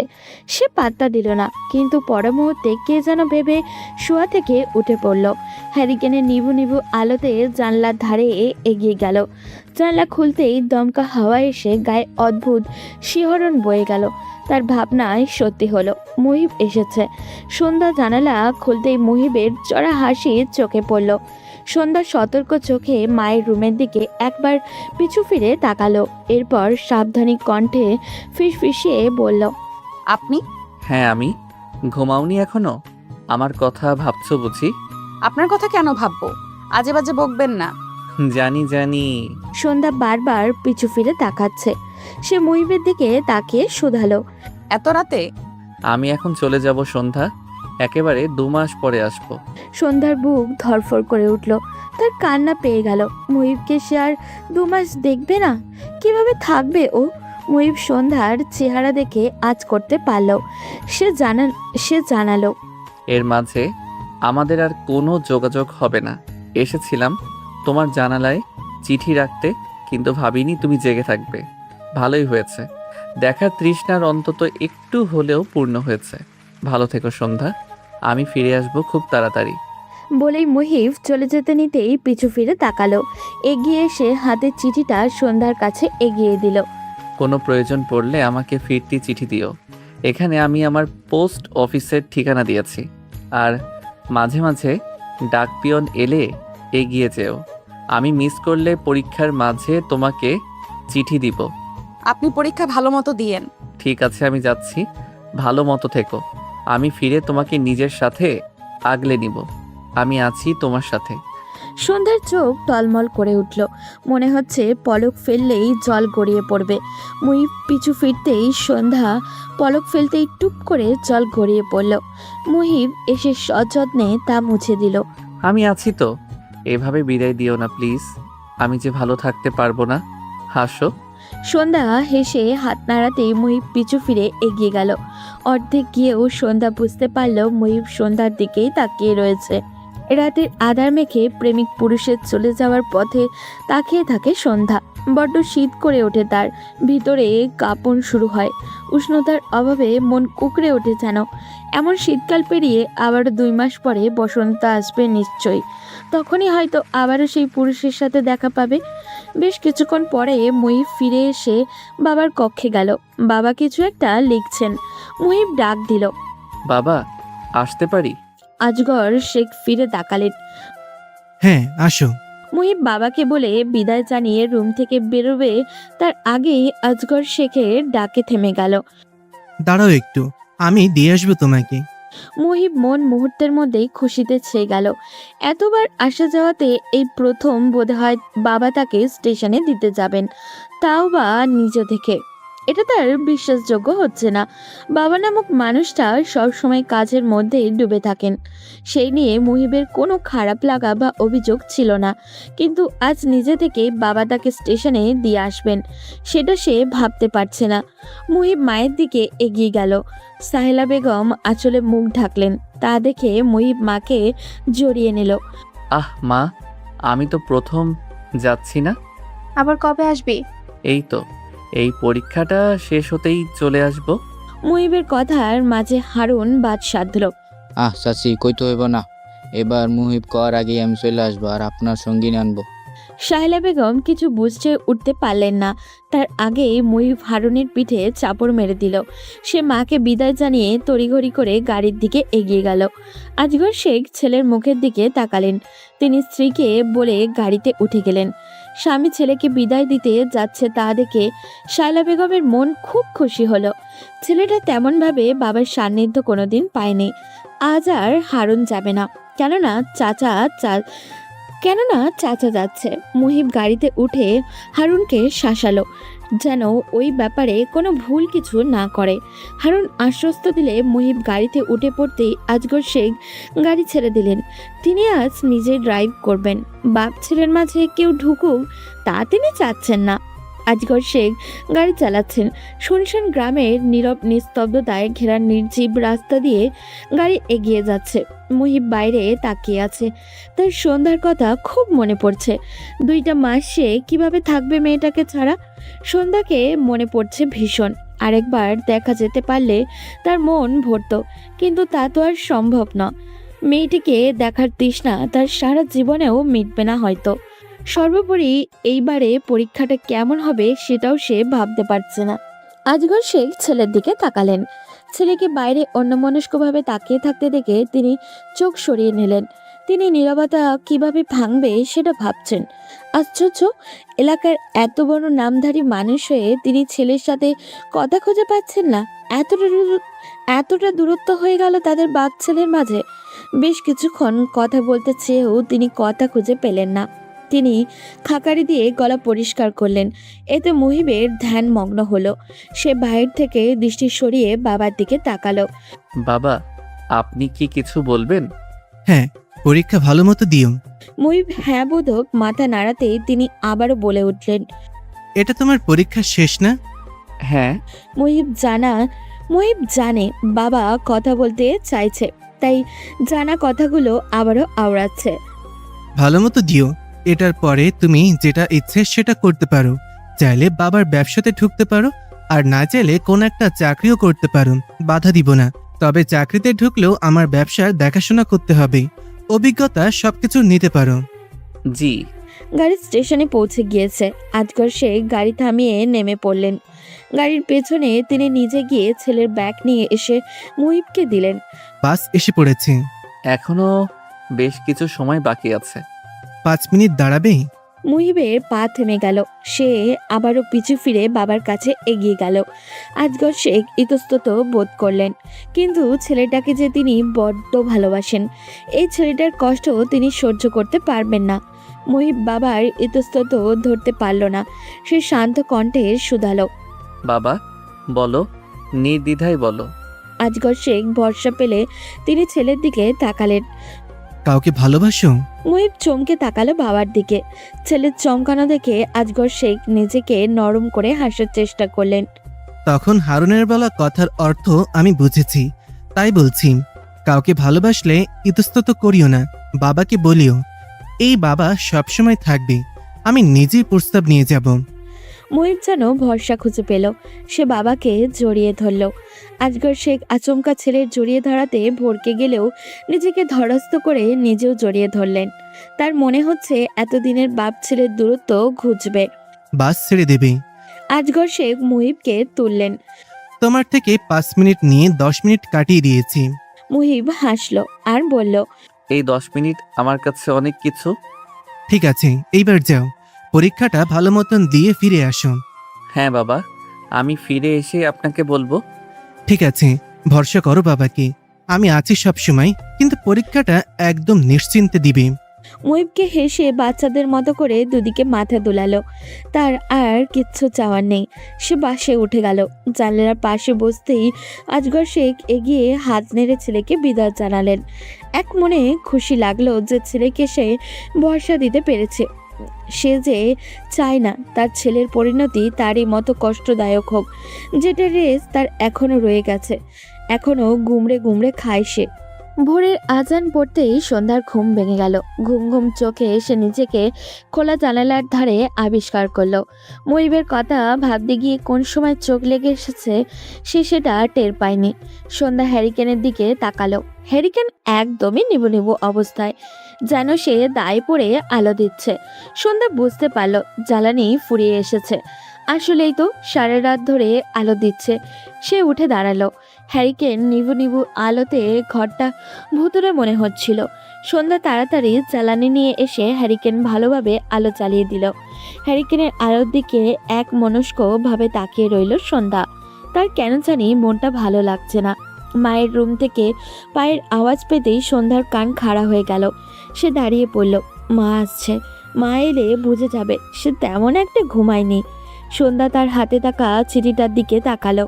হাতের মুঠোয় রেখে ঘুমিয়ে গিয়েছিল সে, তাই চিঠিটা একদম মুচড়ে গিয়েছে।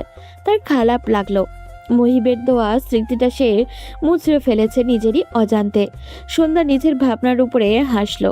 কারোর দেওয়া স্মৃতি কি মুচড়ে ফেলা যায় নাকি? কি অদ্ভুত ভাবনা আসছে তার মাথায়। মায়ের পায়ের আওয়াজ পেয়ে সন্ধ্যা তড়িঘড়ি করে চিঠিটা তার ব্যাগের মাঝে ঢুকিয়ে ফেললো। এরপর উঠে দাঁড়িয়ে মুখ ভালো মতো মুছে নিল। জোহরা রুম থেকে বের হতেই মেয়েকে দাঁড়িয়ে থাকতে দেখে এগিয়ে এলেন। সন্ধ্যা মা। হ্যাঁ মা। জোহরা জহুরি দৃষ্টি ফেললেন মেয়ের দিকে। তা দেখে সন্ধ্যা মাথা নিচু করে দরজায় এগিয়ে যেতেই জোহরা ডাক দিলেন। সন্ধ্যা পিছু ফিরল না। সে ওই অবস্থায় মায়ের জবাব দিল। জি মা, বলো। জোহরা আচমকা সন্ধ্যার সামনে এসে হ্যারিকেন উঁচু করে ধরল। হ্যারিকেন একদম স্পষ্ট তির্যক আলো সন্ধ্যার চেহারায় এসে পড়েছে। ঘুমিয়েছিস ভালো? হ্যাঁ মা। বলেই সন্ধ্যা তড়িঘড়ি করে দরজা খুলে কলপারে এগিয়ে গেল। জোহরা আধারের মাঝে মেয়ের যাওয়ার পানে তাকিয়ে রইল। এরপর সে নিজেও কলপারের দিকে এগিয়ে গেলেন। মা মেয়ে দুজনেই নামাজ আদায় করে জোহরার রুমে চলে গেলেন। ইদানিং তার শরীরটা ভালো লাগছে না। আজ রাতে কেন জানি ঘুম আসেনি। ভোরের আজানের আগে ঘুম এসেছিল একটু। নামাজ পড়ে আবারও কিছু সময় ঘুমালে ভালো লাগবে ভেবে জোহরা ঘুমাতে চলে গেলেন। সন্ধ্যা নামাজ শেষে শীতের কুয়াশা ভেদ করে উঠানের শেষে বিলের কিনারায় গিয়ে দাঁড়ালো। ঠান্ডাটা বেশ ভালোই এসেছে। সে গায়ে থাকা চাদরটা ভালো মতো জড়িয়ে নিল। সে বেশ কিছুক্ষণ দাঁড়িয়ে রইল। তারই অজান্তে দৃষ্টি বারবার এদিক ওদিক ফেলছে। তার খারাপ লাগলো। নিজেরই অজান্তে সে মুহিবকে খুঁজে চলেছে। কোথায় জানি ভীষণ ফাঁকা ফাঁকা লাগছে ওর, ভীষণ মনে পড়ছে। ভোর ফুটতেই শুরু করেছে, দূর দূরান্তে কিছু চোখে দেখা যাচ্ছে না, তার ভালো লাগছে না। সে ঘরে চলে গেল, রুমে গিয়ে দক্ষিণের জানালা খুলে জানালার ধারে বসে পড়ল। মুহিবের প্রথম প্রথম বিলের সরু রাস্তাটা দেখা যাচ্ছে, তার স্মৃতিটুকু মনে পড়ে গেল। ছেলেটা তীব্র ঠান্ডার ভেতরে তার জন্য দাঁড়িয়ে থাকতো। মুহিবকে মনে পড়ছে ভীষণ। সন্ধ্যার চোখ টলমল করে উঠল, যেন পলক ফেললেই টুপ করে পানিটা ঝরে পড়বে। সন্ধ্যা বাইরে তাকাতে তাকাতেই পরিপূর্ণ ভোর ফুটে গেল। চারিদিকে সকালের আমেজ শুরু হয়ে গিয়েছে। কৃষকরা কুয়াশা ভেদ করে ঝুপঝুপ শব্দ তুলে ধানের বোঝা কাঁধে নিয়ে সরু রাস্তা দিয়ে গন্তব্যের দিকে এগিয়ে যাচ্ছে। অন্য সময় সন্ধ্যার এসব ভালো লাগলেও আজ কেন জানি ভালো লাগছে না। কিছু সময় পরেই খোলা মাঠে ছেলেমেয়েরা ঘুড়ি নিয়ে বের হয়ে পড়বে। এই প্রথম সন্ধ্যা এক বসাতে পুরোটা সময় জানলার বাইরে তাকিয়েছিল। আশ্চর্য তার এভাবে খালি খালি লাগছে কেন। জোরা হাত খোপা করতে করতে রুম থেকে বেরিয়ে এলেন। আজ বেশ বেলা হয়ে গিয়েছে। তিনি মেয়েকে এভাবে জানলা দিয়ে অন্যমনস্কভাবে তাকিয়ে থাকতে দেখে এগিয়ে গেলেন। কাঁধে কারোর হাত পড়তেই সন্ধ্যা তাকালো। মাকে দেখে সে উঠে দাঁড়িয়ে রান্নাঘরের দিকে এগিয়ে গেল।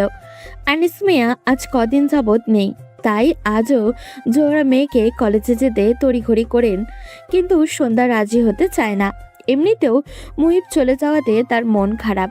সন্ধ্যার রাজি না হওয়ার ব্যাপারটা কুসুম মাকে বলতে চাইলে সন্ধ্যা বারণ করে, কারণ এতে মা চিন্তা করবে।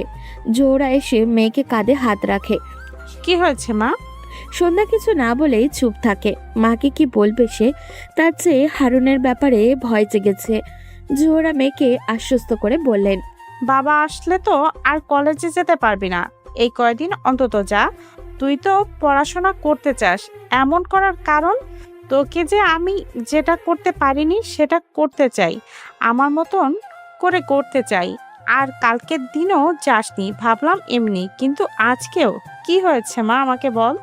মায়ের এমন কথায় সন্ধ্যার মনে অনুশোচনা আসলো। মা তার জন্য এত কিছু করে পড়াশোনা করাতে চাচ্ছে, আর সে সেটারই প্রতিদান এভাবে দিচ্ছে। তার এই পড়াশোনার জন্য মা বাবার মাঝে কতটা ভাঙন ধরেছিল সে সেটা তো জানে। হারুনের ভয় শিখেই কেন ক্লাস করবে না? হারুন তার কি করতে পারবে? কিছুই না। না, সে মায়ের স্বপ্নগুলো ভঙ্গ করতে পারবে না। সন্ধ্যা তৈরি হয়ে বোনকে নিয়ে বেরিয়ে যায়। কলেজ শেষে ফেরার পথে যে ভয়টা পাচ্ছিল ঠিক সেটাই হলো। আজও ছুটির সময়ে একই সময় হারুনের দলটা আছে।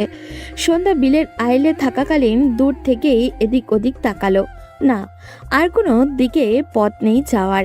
এই মৌসুম হওয়াতে বিলগুলো ভেজা কাদা মাটিতে চুপচুপ করে। এখানে মাঝে মাঝে সাপও থাকে। এদিক দিয়ে যাওয়া যাবে না। শুকনো বিল, অর্থাৎ আর কয়েকদিন পর হলে ঠিক ওই বিলের মাঝ দিয়ে হাঁটা যায়, কিন্তু এখন হাঁটা যাবে না। সন্ধ্যা সাহস সঞ্চার করলো। না, সে তার মায়ের মেয়ে, এভাবে ভয় পাচ্ছে। ভয়কে জয় করতে হবে। মা বলেছিল ভয় পেয়ে পিছু হটে গেলে সেটা কোনো সাহসের কাজ নয়। আপা, কি করব? সন্ধ্যা বোনের হাত শক্ত করে ভরসা দিল। সে হাজার উপরে সাহসী দেখালেও তার ভেতরে অনেক ভয় লাগছে, কারণ সে জানে এতগুলো ছেলে তাকে কিছু বলবেই। তার উপরে তাদের চোখে পড়েছে যে। সন্ধ্যা এগিয়ে গেল।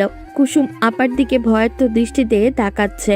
সন্ধ্যা বিলের আইল ডিঙিয়ে রাস্তায় রাস্তায় উঠতেই হারুন সহ সবাই হো হো করে হেসে উঠল। আরে সুন্দরী যে, আমরা আসি যেন আসলে। তার মানে তারও কথাগুলো ভাল লাগতাছে। বাপের ডরে এমন ভাইবা ছিল। একজনের এক এক বিশ্রী কথায় সন্ধ্যা অপমানে চোখ মুখ খিচে ফেলল। সে চলে যেতে নিলেও হারুন এসে পথ আটকালো। সে সন্ধ্যার পা থেকে মাথা পর্যন্ত অদ্ভুত দৃষ্টিতে তাকালো। ঘোমটার আড়ালে হারুনের বিশ্রী লোভনীয় দৃষ্টি দেখে ঘৃণায় সন্ধ্যার গা রি রি করে উঠল। হারুন আকস্মিক সন্ধ্যার ঘোমটা ধরে টান দিতেই সন্ধ্যা চমকে তাকালো। হারুনের আকস্মিক কাণ্ডতে সন্ধ্যা হিতাহিত জ্ঞান হারিয়ে ফেলল। সে ঘৃণায় অপমানে বশীভূত হয়ে রাগিনী রূপ ধারণ করে আচমকা থাপ্পড় মেরে দিল।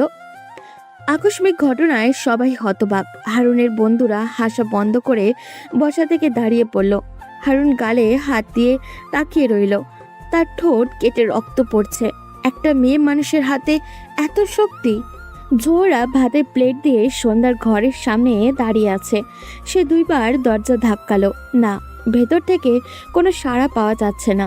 জোহরা ভাবনায় পড়ে গেল। কলেজ থেকে ফিরে কি হয়েছে মেয়েটার? সে ঘরের বাইরে তাকালো। কুসুমটা কোথাও জানি বেরিয়েছে। এই মেয়েটাকে নিয়েও আর পারা যায় না। স্কুলের পরে এসেই যে বের হয় আর তো পাওয়া যায় না। তাই তো সে আসার সাথে সাথে জোহরা ভাত খেতে দিয়ে দেয়। আজকেও এর ব্যতিক্রম হয়নি। জোহরা ভেবেছিল সন্ধ্যা প্রতিদিনের মতো আস্তে ধীরে গোসল করে খাবে। আজকেও এটাই ভেবে সে নামাজে বসেছিল। জোহরা নামাজ শেষে এসে রান্নার ঘরে সব একই রকম দেখে সন্ধ্যার রুমের দিকে এগিয়ে গেল। ভাবলো তার সাথে খাবে বলে হয়তো মেয়েটা না খেয়ে অপেক্ষা করছে। সে সন্ধ্যার রুমে যেতে যাবে, বার দুয়েক ডাকলো। মেয়ে সাড়া না পেয়ে তার টনক নড়ল। মেয়েটার শরীর খারাপ হলো নাকি? জোহরা দ্রুত পদে সন্ধ্যার রুমের দিকে এগিয়ে গেল। রুমে ঢুকতেই সন্ধ্যাকে জানালার বাইরে সদূরে বিলের দিকে তাকিয়ে থাকতে দেখে গেল। জোহরা এগিয়ে গেল। এভাবে ডাকছি, সাড়া দিচ্ছিস না কেন? ভাত খাবি না? আমি ভাত বেড়ে দিচ্ছি, খাবি আয়। বলেই জোহরা চলে আসতে নিতে মেয়েটার সারা শব্দ না পেয়ে আবারও পিছু ফিরল। জোহরা এগিয়ে সন্ধ্যার কাঁধে হাত রাখতেই সন্ধ্যা ফিরে তাকালো। আচমকা জোহরা দূরে সরে গেল। মেয়ের এমন কান্নামাখা ভয় মিশ্রিত চেহারা দেখে থমকে গেল সে দৌড়ে মেয়ের একদম কাছে চলে আসলো। সে উদ্ভ্রান্তের ন্যায় মেয়েকে জিজ্ঞাসা করলো, মা, তোর কি হয়েছে? এমন কেন লাগছে? সন্ধ্যা মায়ের কোমর ছড়িয়ে ধরে ফেলল। তার ভয়ের তো চেহারা দেখে জোহরা মেয়ের দুগালে হাত রাখলো। আদুরে কণ্ঠে বলল, কি হয়েছে মাকে বল। মায়ের ভরসামাখা কণ্ঠে সন্ধ্যা কাপা কণ্ঠে বলল, মা, আমি ভুল করে ফেলেছি। কি করেছিস আর এভাবে হাঁপাচ্ছিস কেন? আমি থাপ্পড় মেরেছি। বলেই সন্ধ্যা নিজের ডান হাতটা সামনে এনে দেখালো। এই হাত দিয়ে। জোহরা মেয়ের কথা বুঝতে পারল না। সে সন্ধ্যার দিকে তাকিয়ে রইল। কি বলছে তার মেয়ে এসব? তার মনে অনেক প্রশ্ন উকি দিচ্ছে। জোহরা নিজেকে শান্ত করলো। আস্তে ধীরে সব জানবে, কিন্তু তার আগেই তার নিজেকে স্বাভাবিক রাখতে হবে। কিন্তু স্বাভাবিক বা কিভাবে থাকবে সে? তার মেয়ে এসব কি বলছে? ততক্ষণে কুসুম রুমের দরজার কাছে এসে দাঁড়ালো। মা, আপা ওই বখাটে হারুনকে থাপ্পড় মেরেছে। জোহরা চমকালো। সে কুসুমের কথা শুনে সন্ধ্যার দিকে তাকালো। এই হারুনকে তো সবাই চিনে। তার ভয়ে পুরো এলাকার মহিলারা তাদের মেয়েদের সাবধানে রাখে। আর তার মেয়ে কিনা সাপের লেজেই পা দিয়েছে। তার আগে সব জানতে হবে। জোহরা নিজেকে শান্ত আর স্বাভাবিক করার চেষ্টা করলো। এমন ভাব করলো যেন সেটা স্বাভাবিক। সে মেয়েদের জিজ্ঞাসা করলেন, মাকে খুলে বল সব। কুসুম এসে শুরু থেকে শেষ পর্যন্ত সব বলতেই জোহরা থমকে দাঁড়ালো।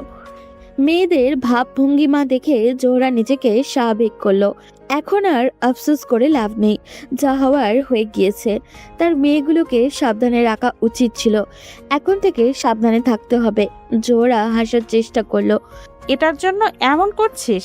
হ্যাঁ, এটা তোর উচিত হয়নি, কিন্তু ন্যায় করেছিস। অন্যায় তো কিছু করিসনি। ভয় পাস না, কিচ্ছু হবে না। তোর এই মা তোর পাশে আছে। জোহরার সান্ত্বনা পেয়ে সন্ধ্যা মাকে জড়িয়ে ধরল। সে মায়ের ভরসা পাচ্ছে, কিন্তু পরে যদি কিছু হয়। জোহরা মেয়েকে জড়িয়ে ধরে ভাবনায় ডুবে গেল। হারুন যদি এটার রেস ধরে কিছু করে বসে, কিন্তু কি বলবে সে? তার মেয়ে যে তারই তেজি রূপটাই পেয়েছে। সে যে ভুলটা করেছিল সেটারই প্রতিচ্ছবি ভাসছে তার চোখে। জোহরা আটকে উঠল। না, এটা কি ভাবছে সে? এটা যে জীবনেও হতে দিবে না। সে বেঁচে থাকবে, এটা হবে না। জোহরা মেয়েকে বুকের মাঝে আঁকলে নিল। সন্ধ্যা মায়ের মুখে ছানার মতো করে ঢুকে গেল। মায়েদের গায়ে একটা অদ্ভুত ক্ষমতা থাকে, যেটাতে একটা সম্মোহিনী মায়া মেশানো আছে, যা মুহূর্তেই ভুলিয়ে দিতে দেয় সমস্ত যন্ত্রণা, হতাশা, যা হাজার ভুলের মাঝেও একটা পূর্ণাঙ্গ ভরসা দেয়। সন্ধ্যা ব্যতিক্রম নয়। সে মায়ের বুকে আরও জাপটে পড়ে কাঁদতে লাগলো। সে জানে তার সাথে মা আছে, কিন্তু কিন্তু কোথাও জানি তার ভয় হচ্ছে ভীষণ। হারুন পারে না, এমন কোনো কাজ নেই। দিন পেরিয়ে রাত হলো। গভীর রাতে সন্ধ্যার মনে হলো তাদের ঘরের আশেপাশে কেউ আছে। সন্ধ্যা ভয় পেল। সে উঠে বসতেই জোহরা হ্যারিকেন নিয়ে রুম থেকে বেরিয়ে এলো। অন্যদিনের তুলনায় আজ জোহরার কান বেশি সজাগ হয়ে উঠেছে। সে বড় করে শব্দ করে ডাক দিল। কে ওখানে? জোহরার শব্দ পেয়ে ধূপ ধূপ শব্দ শোনা গেল। মনে হলো কেউ দৌড়ে পালাচ্ছে। জোহরা সন্ধ্যার মাথায় হাত বুলিয়ে ভরসা দিল। শুয়ে পড় মা। জোহরা নিজের জায়গায় শুয়ে পড়তেই সন্ধ্যা উঠে হ্যারিকেনের দিকে এক দৃষ্টিতে তাকিয়ে রইল। তার এই ব্যাপারটা কি আর কাউকে বলা উচিত? আর কেউ বলতেই সন্ধ্যার মুহিবের কথা মনে পড়ল। কেননা মুহিবকে দেখতে এলাকার বড় ঘরেরই মনে হয়েছিল। মুহিব তাকে একটা চিঠি দিয়েছিল যাওয়ার আগে। সে চিঠিতে তার শহরের পোস্ট অফিসে ঠিকানা দেওয়া আছে। সে কি ব্যাপারটা মুহিবকে বলবে? তার কি তাকে অবগত করা উচিত সে যে কাউকে থাপ্পড় দিয়ে মেরেছে? সন্ধ্যা তড়িঘড়ি করে উঠে দাঁড়ালো। সে ব্যাগ থেকে মুহিবের শেষবার দেওয়া চিঠিটা নিয়ে বুকে আঁকলে নিল। হাতে কলম দিয়ে লিখতে গিয়েও সে লিখল না। থাক, পরীক্ষার মাঝে আবার মুহিব চিন্তা করবে। আজ কুসুমের পরীক্ষা শুরু। জোহরা সন্ধ্যাকে কলেজে যেতে দেয়নি। সন্ধ্যা নিজেও যাবে না। স্কুল বেশি দূরে নয়, এই এলাকার পথ দিয়ে কিছু দূর হাঁটলেই স্কুল, কিন্তু বিলের আইল ধরে হাঁটলে একদমই কাছে। জোহরা কুসুমকে স্কুলে পাঠিয়ে দিয়েছে। সে চায় না বাড়িতে সন্ধ্যা একা থাকুক। দুপুরের আজান পড়ে গেছে সেই অনেকক্ষণই যাবৎ, কিন্তু কুসুমের আসার সারা শব্দ নেই। জোহরা আশেপাশে খুঁজল, তবে কুসুমের খোঁজ পেল না। জোহরা প্রথমে ভাবল প্রতিদিন আপা থাকে তাই সরাসরি চলে আসে। আজ হয়তো বন্ধুদের সাথে খেলতে খেলতে সময় পার হয়ে যাচ্ছে। এদিকে আজই আনিস মিয়া ফিরবেন, সেজন্য ভয়টা একটু বেশি। দুপুর গড়িয়ে বিকেল হতেই জোহরা আটকে উঠল। কুসুম গেল কই? এই বাড়ি ওই বাড়ি কোথাও নেই। জোহরা হিতাহিত জ্ঞান হারিয়ে সন্ধ্যাকে পাঠালো স্কুলের দিকে, আর জোহরা গেল দূরের এলাকাতে কুসুমের খোঁজ নিতে। সে ঘোমটা টেনে বটতলার দিকে যেতেই হারুনের দলকে দেখে টনক নড়ল। সন্ধ্যাকে দেখে হারুন এক বিশ্রী হাসি দিল, যেন মনে হচ্ছে সন্ধ্যা আসবে এটা সে জানতো। সন্ধ্যার মনে ভয় চেপে ধরল। সে ভীতু চোখে আশেপাশে তাকালো। সন্ধ্যা ঘনিয়ে আসতে রাস্তার আর মানুষ নেই। সন্ধ্যা নিজেকে স্বাভাবিক রাখার চেষ্টা করলো। তার বুক ধড়ফড় করছে। সে পিছু ফিরে আসতে নিতেই হারুন বসা থেকে লাফ দিয়ে সামনে এসে তার পথ আটকে ফেলল। সন্ধ্যা ভিতরে ভিতরে নিজেকে প্রস্তুত করলো। হাল ছেড়ে দিলে হবে না, তার যেভাবেই হোক পালাতে হবে। সে হারুনকে ডিঙিয়ে দৌড়ে আসতে নিতেই হোঁচট খেয়ে পড়ে গেল। পা জ্বলছে খুব। সন্ধ্যা উঠে বসার চেষ্টা করলো। সে দাঁড়ানো হারুনের দিকে তাকাতেই বুঝতে পারল হারুন তার পা দিয়ে সন্ধ্যাকে ইচ্ছাকৃতভাবে ফেলেছে। হারুনকে তার পাশে বসে দেখে সন্ধ্যা বসা অবস্থায় পিছনে হেলিয়ে পড়ল। হারুন সন্ধ্যার সামনাসামনি বসে তার ঘোমটা টেনে ফেলে দিল। সন্ধ্যার চোখ বন্ধ করে ফেলল। তার শেষ রক্ষা কি আর হলো না? জোহরা বারান্দায় মাথায় হাত দিয়ে শূন্য দৃষ্টিতে বসে আছে। কুসুম ফিরে এসেছে অনেক আগেই, কিন্তু সন্ধ্যা আর ফিরে আসেনি। তিনি কি করবেন ভেবে পারলেন না। ছোট্ট মেয়েকে না পেয়ে হিতাহিত জ্ঞান হারিয়ে সন্ধ্যাকেই কিনা পাঠিয়ে বসলো খুঁজতে। এই ভুল সে কিভাবে করতে পারল? জোহরা এগিয়ে গিয়ে কুসুমকে মারতে নিল, কিন্তু হাত তুলতে মারতে পারল না। সে মেঝেতে বসে পড়ে দুহাত দিয়ে মুখ চেপে ধরে ডুকরে কেঁদে উঠল। কুসুম ভয়ে পর্দার আড়ালে গিয়ে কাঁপছে। তার জন্যই এত কিছু হবে সে সেটা ভাবতে পারেনি। লিনাই তো তাকে খেলতে দিয়ে পথ আটকে রেখেছিল। সে কি জানতো এত কিছু হবে? এখন আপাটা ভালোই ফিরে আসলেই হলো। আপার জন্য তার নিজেরও ভয় লাগছে। আনিস মিয়া দৌড়ে এলো। তিনি শহর থেকে মাত্রই ফিরছেন।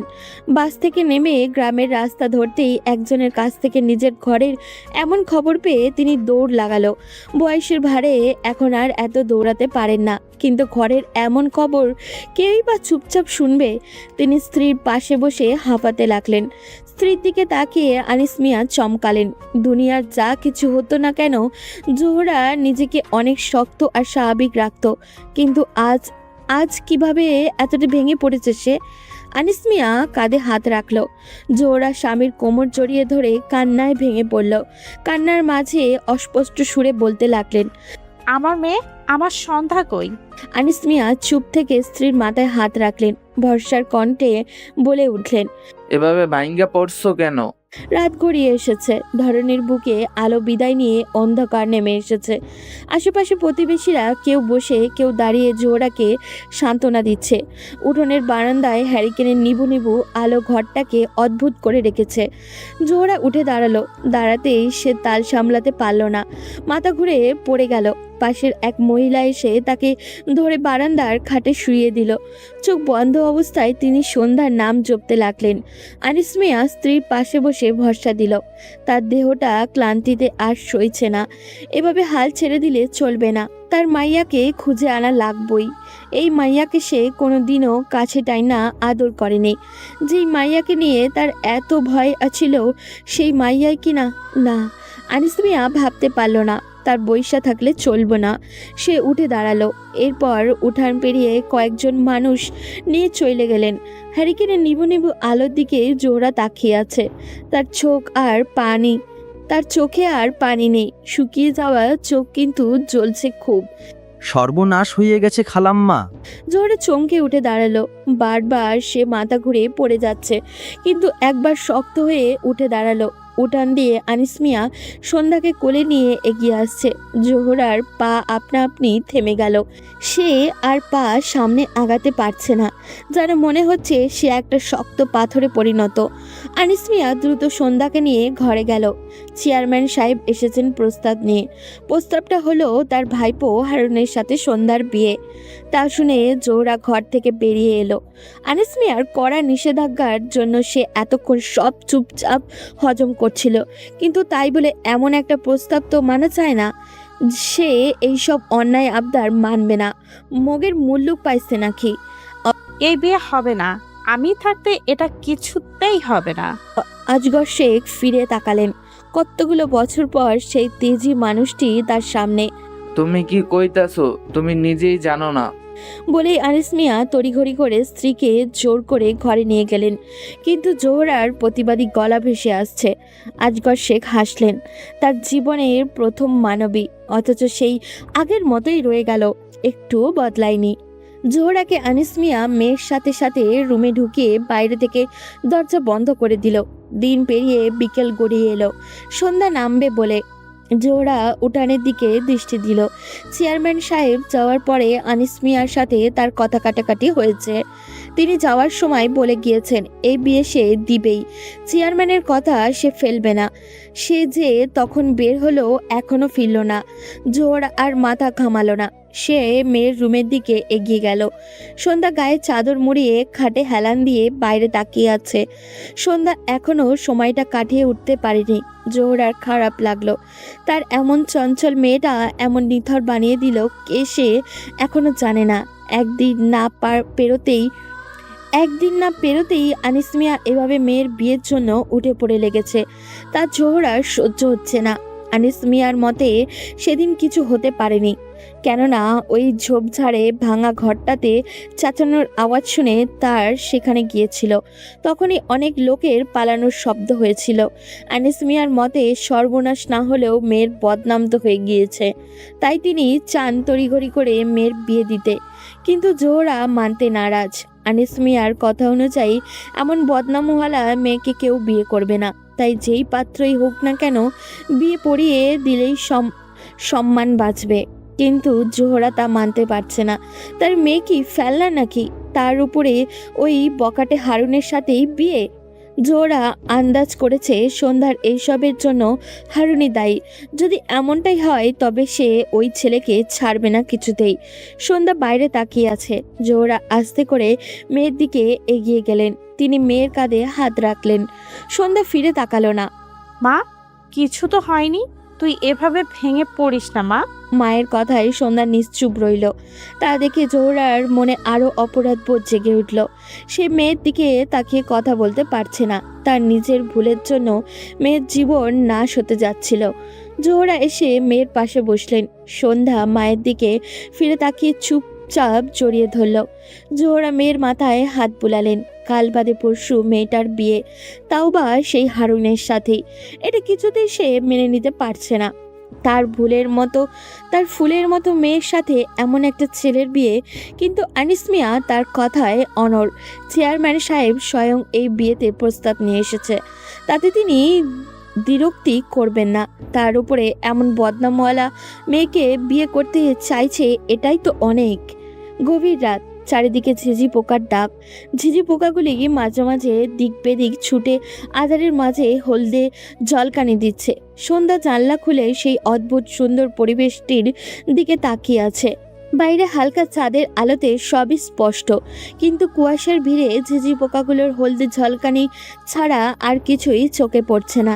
চারিদিকে ধোয়ার মতো ভুতুরে মনে হচ্ছে। ক্ষণে ক্ষণে বাইরে থেকে শো শো করে তীব্র ঠান্ডা বাতাস ঢুকছে, কিন্তু সন্ধ্যার কোনো হেলদোলই নেই। দূরের ওই বাসঝাড়টা মাঝে মাঝে নড়ে উঠছে। অন্য সময় হলে সন্ধ্যা এক্ষুনি ভয় পেয়ে জানলা বন্ধ করে দিত, কিন্তু আজকে তার মাঝে কোনো ভয় ভীতি দেখা গেল না। সন্ধ্যা স্বাভাবিকভাবেই হারিকেনটা তার সামনে টেবিলে রাখলো, এরপর চিঠির বক্সটা খুলল। এতক্ষণ ধরে এই বক্সটা নিয়েই বসেছিল সে। বক্সটির দিকে তাকাতেই মুহিবের কথা মনে পড়ে গেল। বক্সটি মুহিবই দিয়েছিল তাকে। এই রূপ সুন্দর কারুকার্যের বক্সটা সন্ধ্যা আগে কোনোদিনও দেখেনি। মুহিব সেদিন এটা হাতে এগিয়ে দিতেই সন্ধ্যা জিজ্ঞাসা দৃষ্টিতে তাকালো। তার চাহনি দেখে মুহিব বলেছিল, আমি যেখানে থাকি সেখানে এগুলোর অনেক চলন আছে। এটা কি? এটা দিয়ে আমি কি করব? তখন মুহিব হেসে জবাব দিয়েছিল, সবাই সবার স্মৃতিতে মুড়িয়ে প্রিয়জনের উপহার চিঠিগুলো এই বক্সে সযত্নে রেখে দেয়। তুমিও এভাবে রেখো। যখন আমরা বুড়ো হয়ে যাব আর আমি বিদায় নিব, তখন এই বক্সটাতে আমার স্মৃতি মোড়ানো ভালোবাসাগুলো নাতি নাতনিদের বলে চোখের অশ্রু ফেলবে, ঠিক আছে? সেদিন সন্ধ্যা রেগে মুহিবের কাছ থেকে সরে দাঁড়িয়েছিল। তার এইরূপ কাণ্ড দেখে মুহিব উচ্চস্বরে হেসে দিয়ে বলেছিল, এখনো তো বিদায় নিচ্ছি না, তোমার সাথে আরো বহু বছর একসাথে কাটানোর বাকি, তারপরই তো বিদায় নিব। মুহূর্তটা মনে পড়তেই সন্ধ্যার মনে হচ্ছে মুহিবের হাসিতে মুড়ানো সেই কথাটা কখন কানে বাজছে। সন্ধ্যা আপন মনেই আওড়ালো, আমারও তো ইচ্ছে আপনার সাথে বহু বছর কাটানোর। কথাটি নিজ মনে বলতেই সন্ধ্যার চোখ অশ্রুতে টলমল করে উঠল। এই সুন্দর মুহূর্তগুলো পাওয়ার আগে কি হারিয়ে ফেলবে সে চিঠির বক্সটির দিকে তাকিয়ে পরম আদরে হাত বুলিয়ে দিল। সন্ধ্যার হাত বুলানো মনে হচ্ছে এটা কোনো বস্তু নয়, এটা একটা মানুষ, আর সেই মানুষটি আর কেউই নয়, একমাত্র মুহিব। এই 3 দিনে ডাকপিয়ন থেকে কোনো চিঠি দেয়নি। সন্ধ্যা ভেবেছিল মুহিব হয়তো চিঠি দেবে, কিন্তু না। সন্ধ্যার খারাপ লাগলো এই ভেবে যে মুহিব কি তাকে শহরে গিয়ে তাকে ভুলে গেল। এমন ভাবনা আসতেই পর মুহূর্তে সে নিজেকে নিজে বকলো, মুহিব কেন তাকে ভুলে যাবে? মুহিবের যে পরীক্ষা, হয়তো এই জন্যই চিন্তায় আর মনে পড়েনি। সে চিঠিগুলোর বক্স থেকে মুহিবের আগের দেওয়া চিঠিগুলো খুলে দেখতে লাগলো। এই চিঠিগুলো মুহিবের ঘ্রাণ পায় সন্ধ্যা। সে চিঠিগুলো বুকের মধ্যে রেখে চোখ বন্ধ করে ফেলল। মুহিব কি জানে তার জীবনে যে সম্পূর্ণরূপে বদলে যাচ্ছে? সন্ধ্যার চোখ গড়িয়ে অশ্রু পড়ল। সে যে মুহিবকে তার প্রাণের স্বপ্ন পুরুষ হিসেবে কল্পনায় মেতেছিল, অথচ তার জীবনের মোড় এমনভাবে ঘুরে যাবে তা তো সে জীবনেও কল্পনায় আনেনি। এই মুহূর্তে সে মুহিবকে খুব করে পাশে চাইছে। এতদিনে দমানো ইচ্ছেগুলো আর দমিয়ে রাখতে পারছে না সে। ইচ্ছে করছে ছুটে মুহিবের কাছে গিয়ে বলতে, আমি আর পারছি না, আমার আপনাকে দরকার ভীষণ করে। কিন্তু আফসোস, এখন আর মুহিব সেইভাবে তার পাশে নেই। চাইলেও ইচ্ছেগুলোকে পূর্ণতা পাবে না। জোর আর শব্দহীন পায়ে মেয়ের পিছনে এসে দাঁড়ালো। তার নিজেকে অপরাধ বোধে কুড়ে কুড়ে খাচ্ছে। তাই তো সে ঘুম না আসায় এপাশ ওপাশ করতে গিয়েও বেড়ার ফাঁকে পাশে মেয়েদের রুমের মিটমিটে আলো দেখে সে এসেছে। এত রাতে মেয়েকে এভাবে বসে থাকতে দেখে জোহরার মনে আরো তীব্রভাবে অনুশোচনা ঘিরে ধরল। সে খোলা জানলার দিকে একবার তাকিয়ে মেয়ের দিকে তাকালো। তার দৃষ্টি পড়ল মেয়ের অশ্রুমিশ্রিত চেহারাটির দিকে। জোহরা মেয়ের কাঁধে হাত দিতে চাইলেও হাত গুটিয়ে নিল। থাক না সে একটু নিজের মতো করে। জোহরা ধীর পায়ে পিছু ফিরে চলে আসতে নিতেই সন্ধ্যা একই স্থান থেকে ডাক দিল, মা। জোহরা ফিরে তাকালো। আজ 3 দিন পর সন্ধ্যা তাকে ডাকলো, তা কথা বলল। এই 3 দিন সন্ধ্যা কোনো কথা বলেনি, সম্পূর্ণ নিশ্চুপ ছিল। জোহরা এগিয়ে আসতেই মেয়ের হাতে চিঠির বক্স থেকে মেয়ের দিকে তাকালেন। সন্ধ্যা শান্তস্বরে বলল, বসো। জোহরা মেয়ের দিকে তাকালেন। তার মেয়ের এমন শান্ত কণ্ঠস্বর তাকে পীড়া দিচ্ছে। আমাকে বিয়ে দিয়ে দিচ্ছে বাবা? জোহরা অপরাধবোধে মাথা নিচু করে ফেলল। মা, ওই হারুনি আমাকে সর্বনাশ করতে চেয়েছিল। আমি যে করব না এই বিয়ে, খুব কি বোঝা হয়ে গিয়েছি। জোহরা থমকালো। সে মেয়ের দিকে তাকালেন। মেয়ের শান্ত অশ্রুতে টলমলে মুখখানি দেখে তার ভেতরে বুকটা ধরফর করে উঠল। কি বলছিস? হারুনি এসব? সন্ধ্যা কিছু বলল না, কিন্তু জোহরা বুঝে নিল। জোহরা মেয়েকে বুকে জড়িয়ে নিলেন। সন্ধ্যা মায়ের বুকে নিজেকে আরো গুটিয়ে চুপচাপ চোখ বন্ধ করে নিল। জোহরা মেয়েকে দুহাতে আগলে নিয়ে হ্যারিকেনের দিকে তাকিয়ে বসে রইল। বেশ কিছুক্ষণ পরে সন্ধ্যা নিজেই মাকে বলল, তুমি গিয়ে শুয়ে পড়ো। জোহরা মেয়ের দিকে তাকালেন। তুই ঘুমাবি না? হ্যাঁ। সন্ধ্যার এমন ছোট জবাব পেয়ে জোহরা উঠে দাঁড়ালো। পা বাড়াতে গিয়ে সে একবার পিছু ফিরে মেয়ের দিকে তাকালেন। এরপর চোখ মুছে রুম ত্যাগ করলেন। সন্ধ্যা একটা কাগজ এগিয়ে নিল।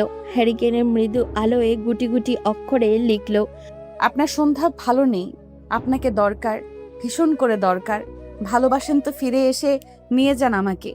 যদি এটা অকেজো আবদার, তবুও বলছি, আপনাকে খুব করে পাশে চাইছি।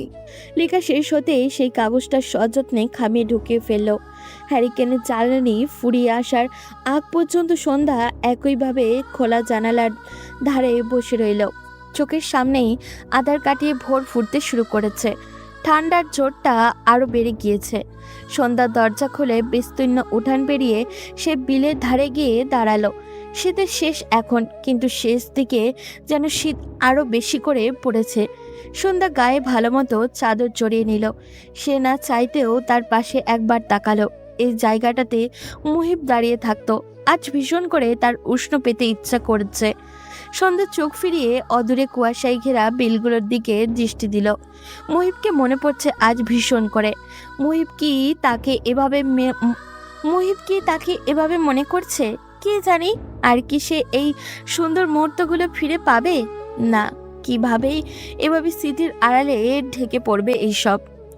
সন্ধ্যা নাগাদ আনিস মিয়া ঘরে ফিরল, তবে খালি হাতে নয়, 2 হাত ভরে বাজার নিয়ে।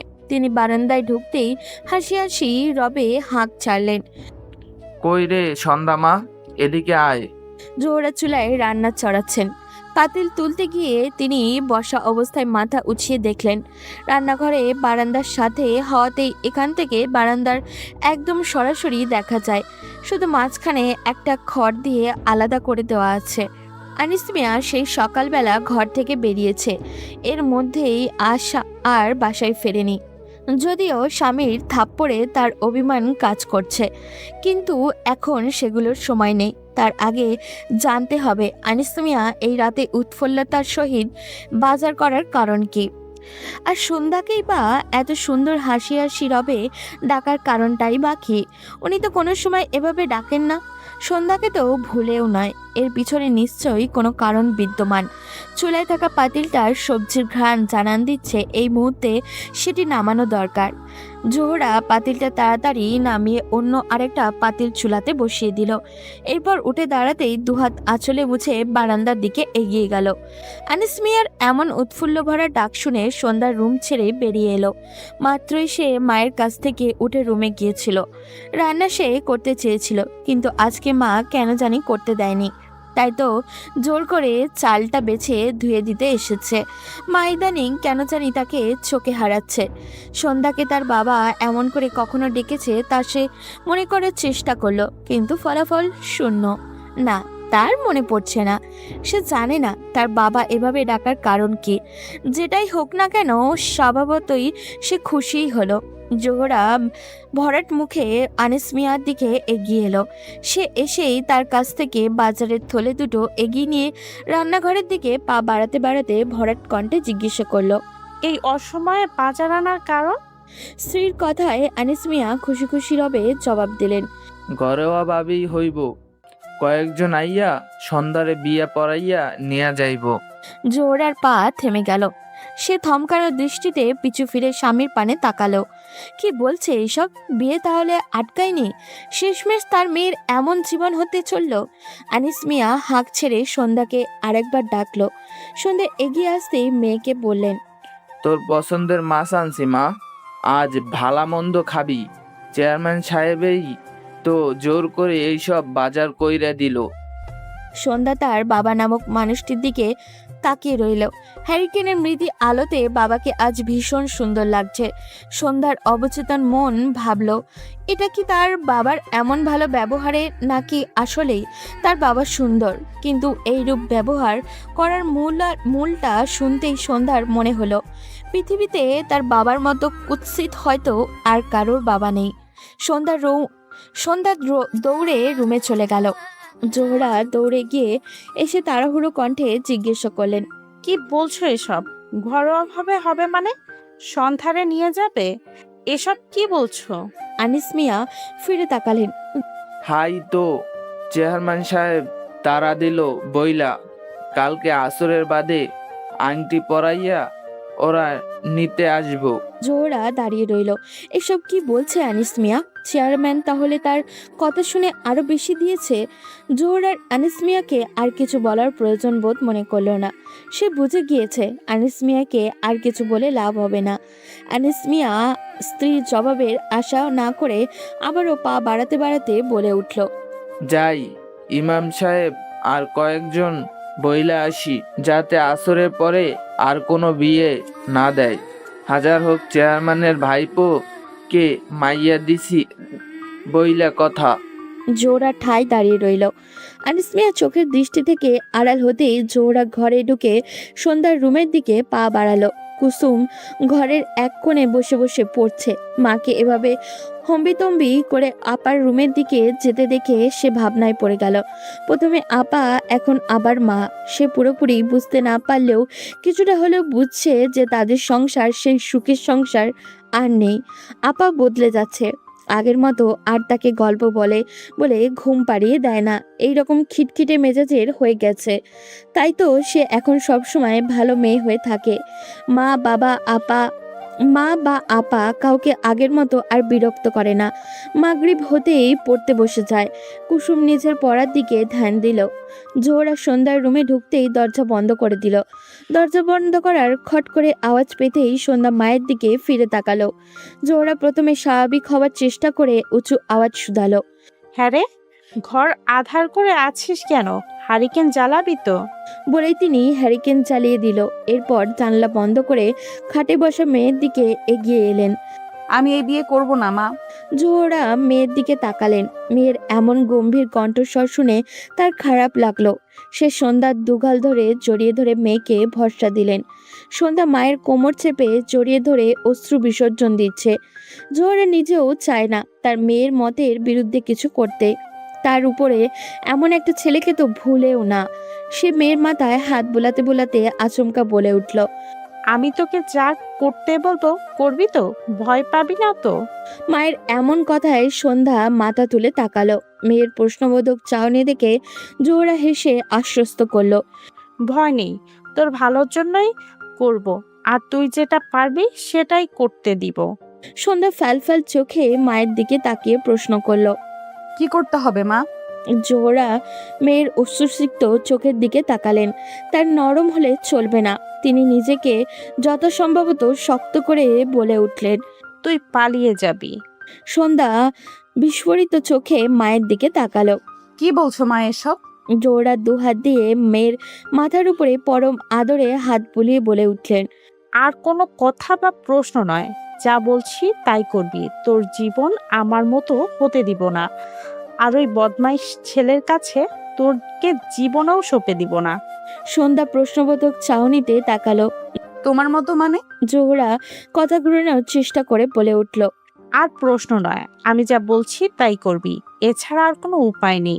এখানে থেকে তোর জীবন আমি ধ্বংস হতে দিব না, অন্তত আমি বেঁচে থাকতে না। সন্ধ্যা কান্না করে দিল। এমন বলো না মা, আমি তোমাদের ছাড়া থাকতে পারবো না। নিজেকে শক্ত কর, থাকতে তোকে হবেই।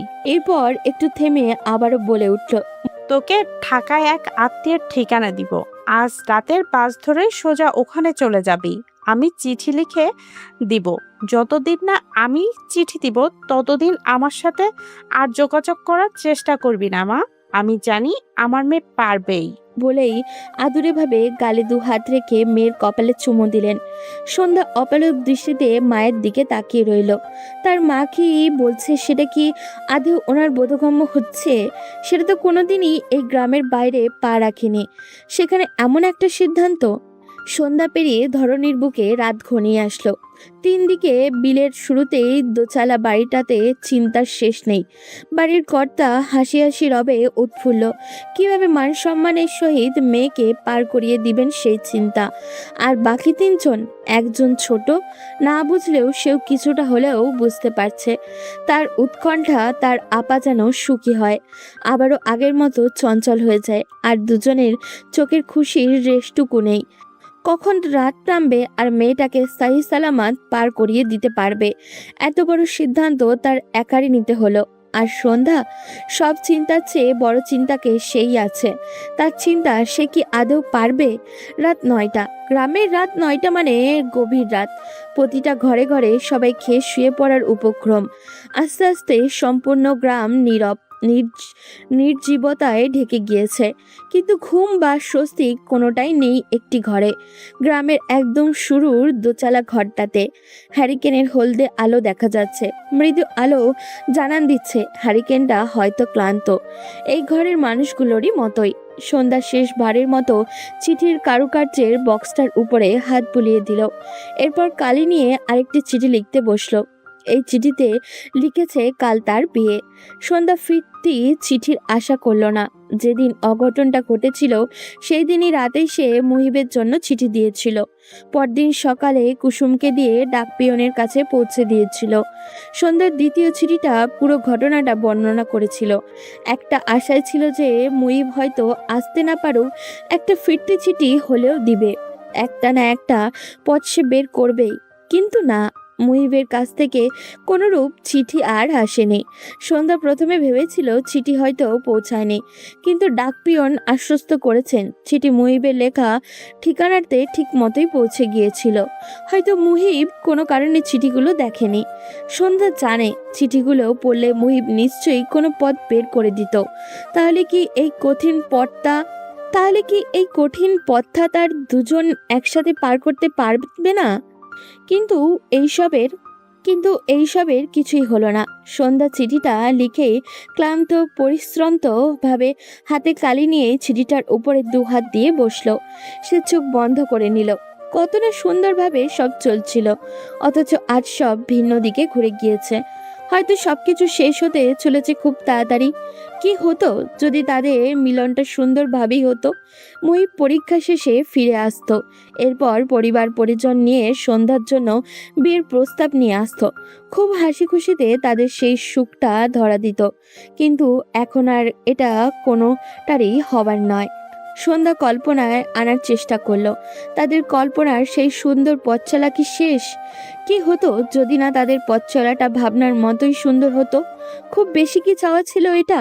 সন্ধ্যা তার ছোট্ট মস্তিষ্ক দিয়ে হাতড়ে খোঁজার চেষ্টা করলো। না তো, খুব তো বেশি কিছু চাওয়া ছিল না। তবু নিয়তি কেন এত নিষ্ঠুর হলো? এই পর্যন্ত মুহিবকে 3টি চিঠি দেওয়া হয়েছে, কিন্তু একটিরও জবাব নেই। 3টি চিঠিতে সে তার অবস্থান জানিয়ে দিয়েছে। একটিতে তার অঘটন, আরেকটিতে কাল তার বিয়ে, আর একটাতে সে চলে যাচ্ছে। এটাই হয়তো শেষ চিঠি। আর কোনো চিঠি সন্ধ্যার তরফ থেকে যাবে না।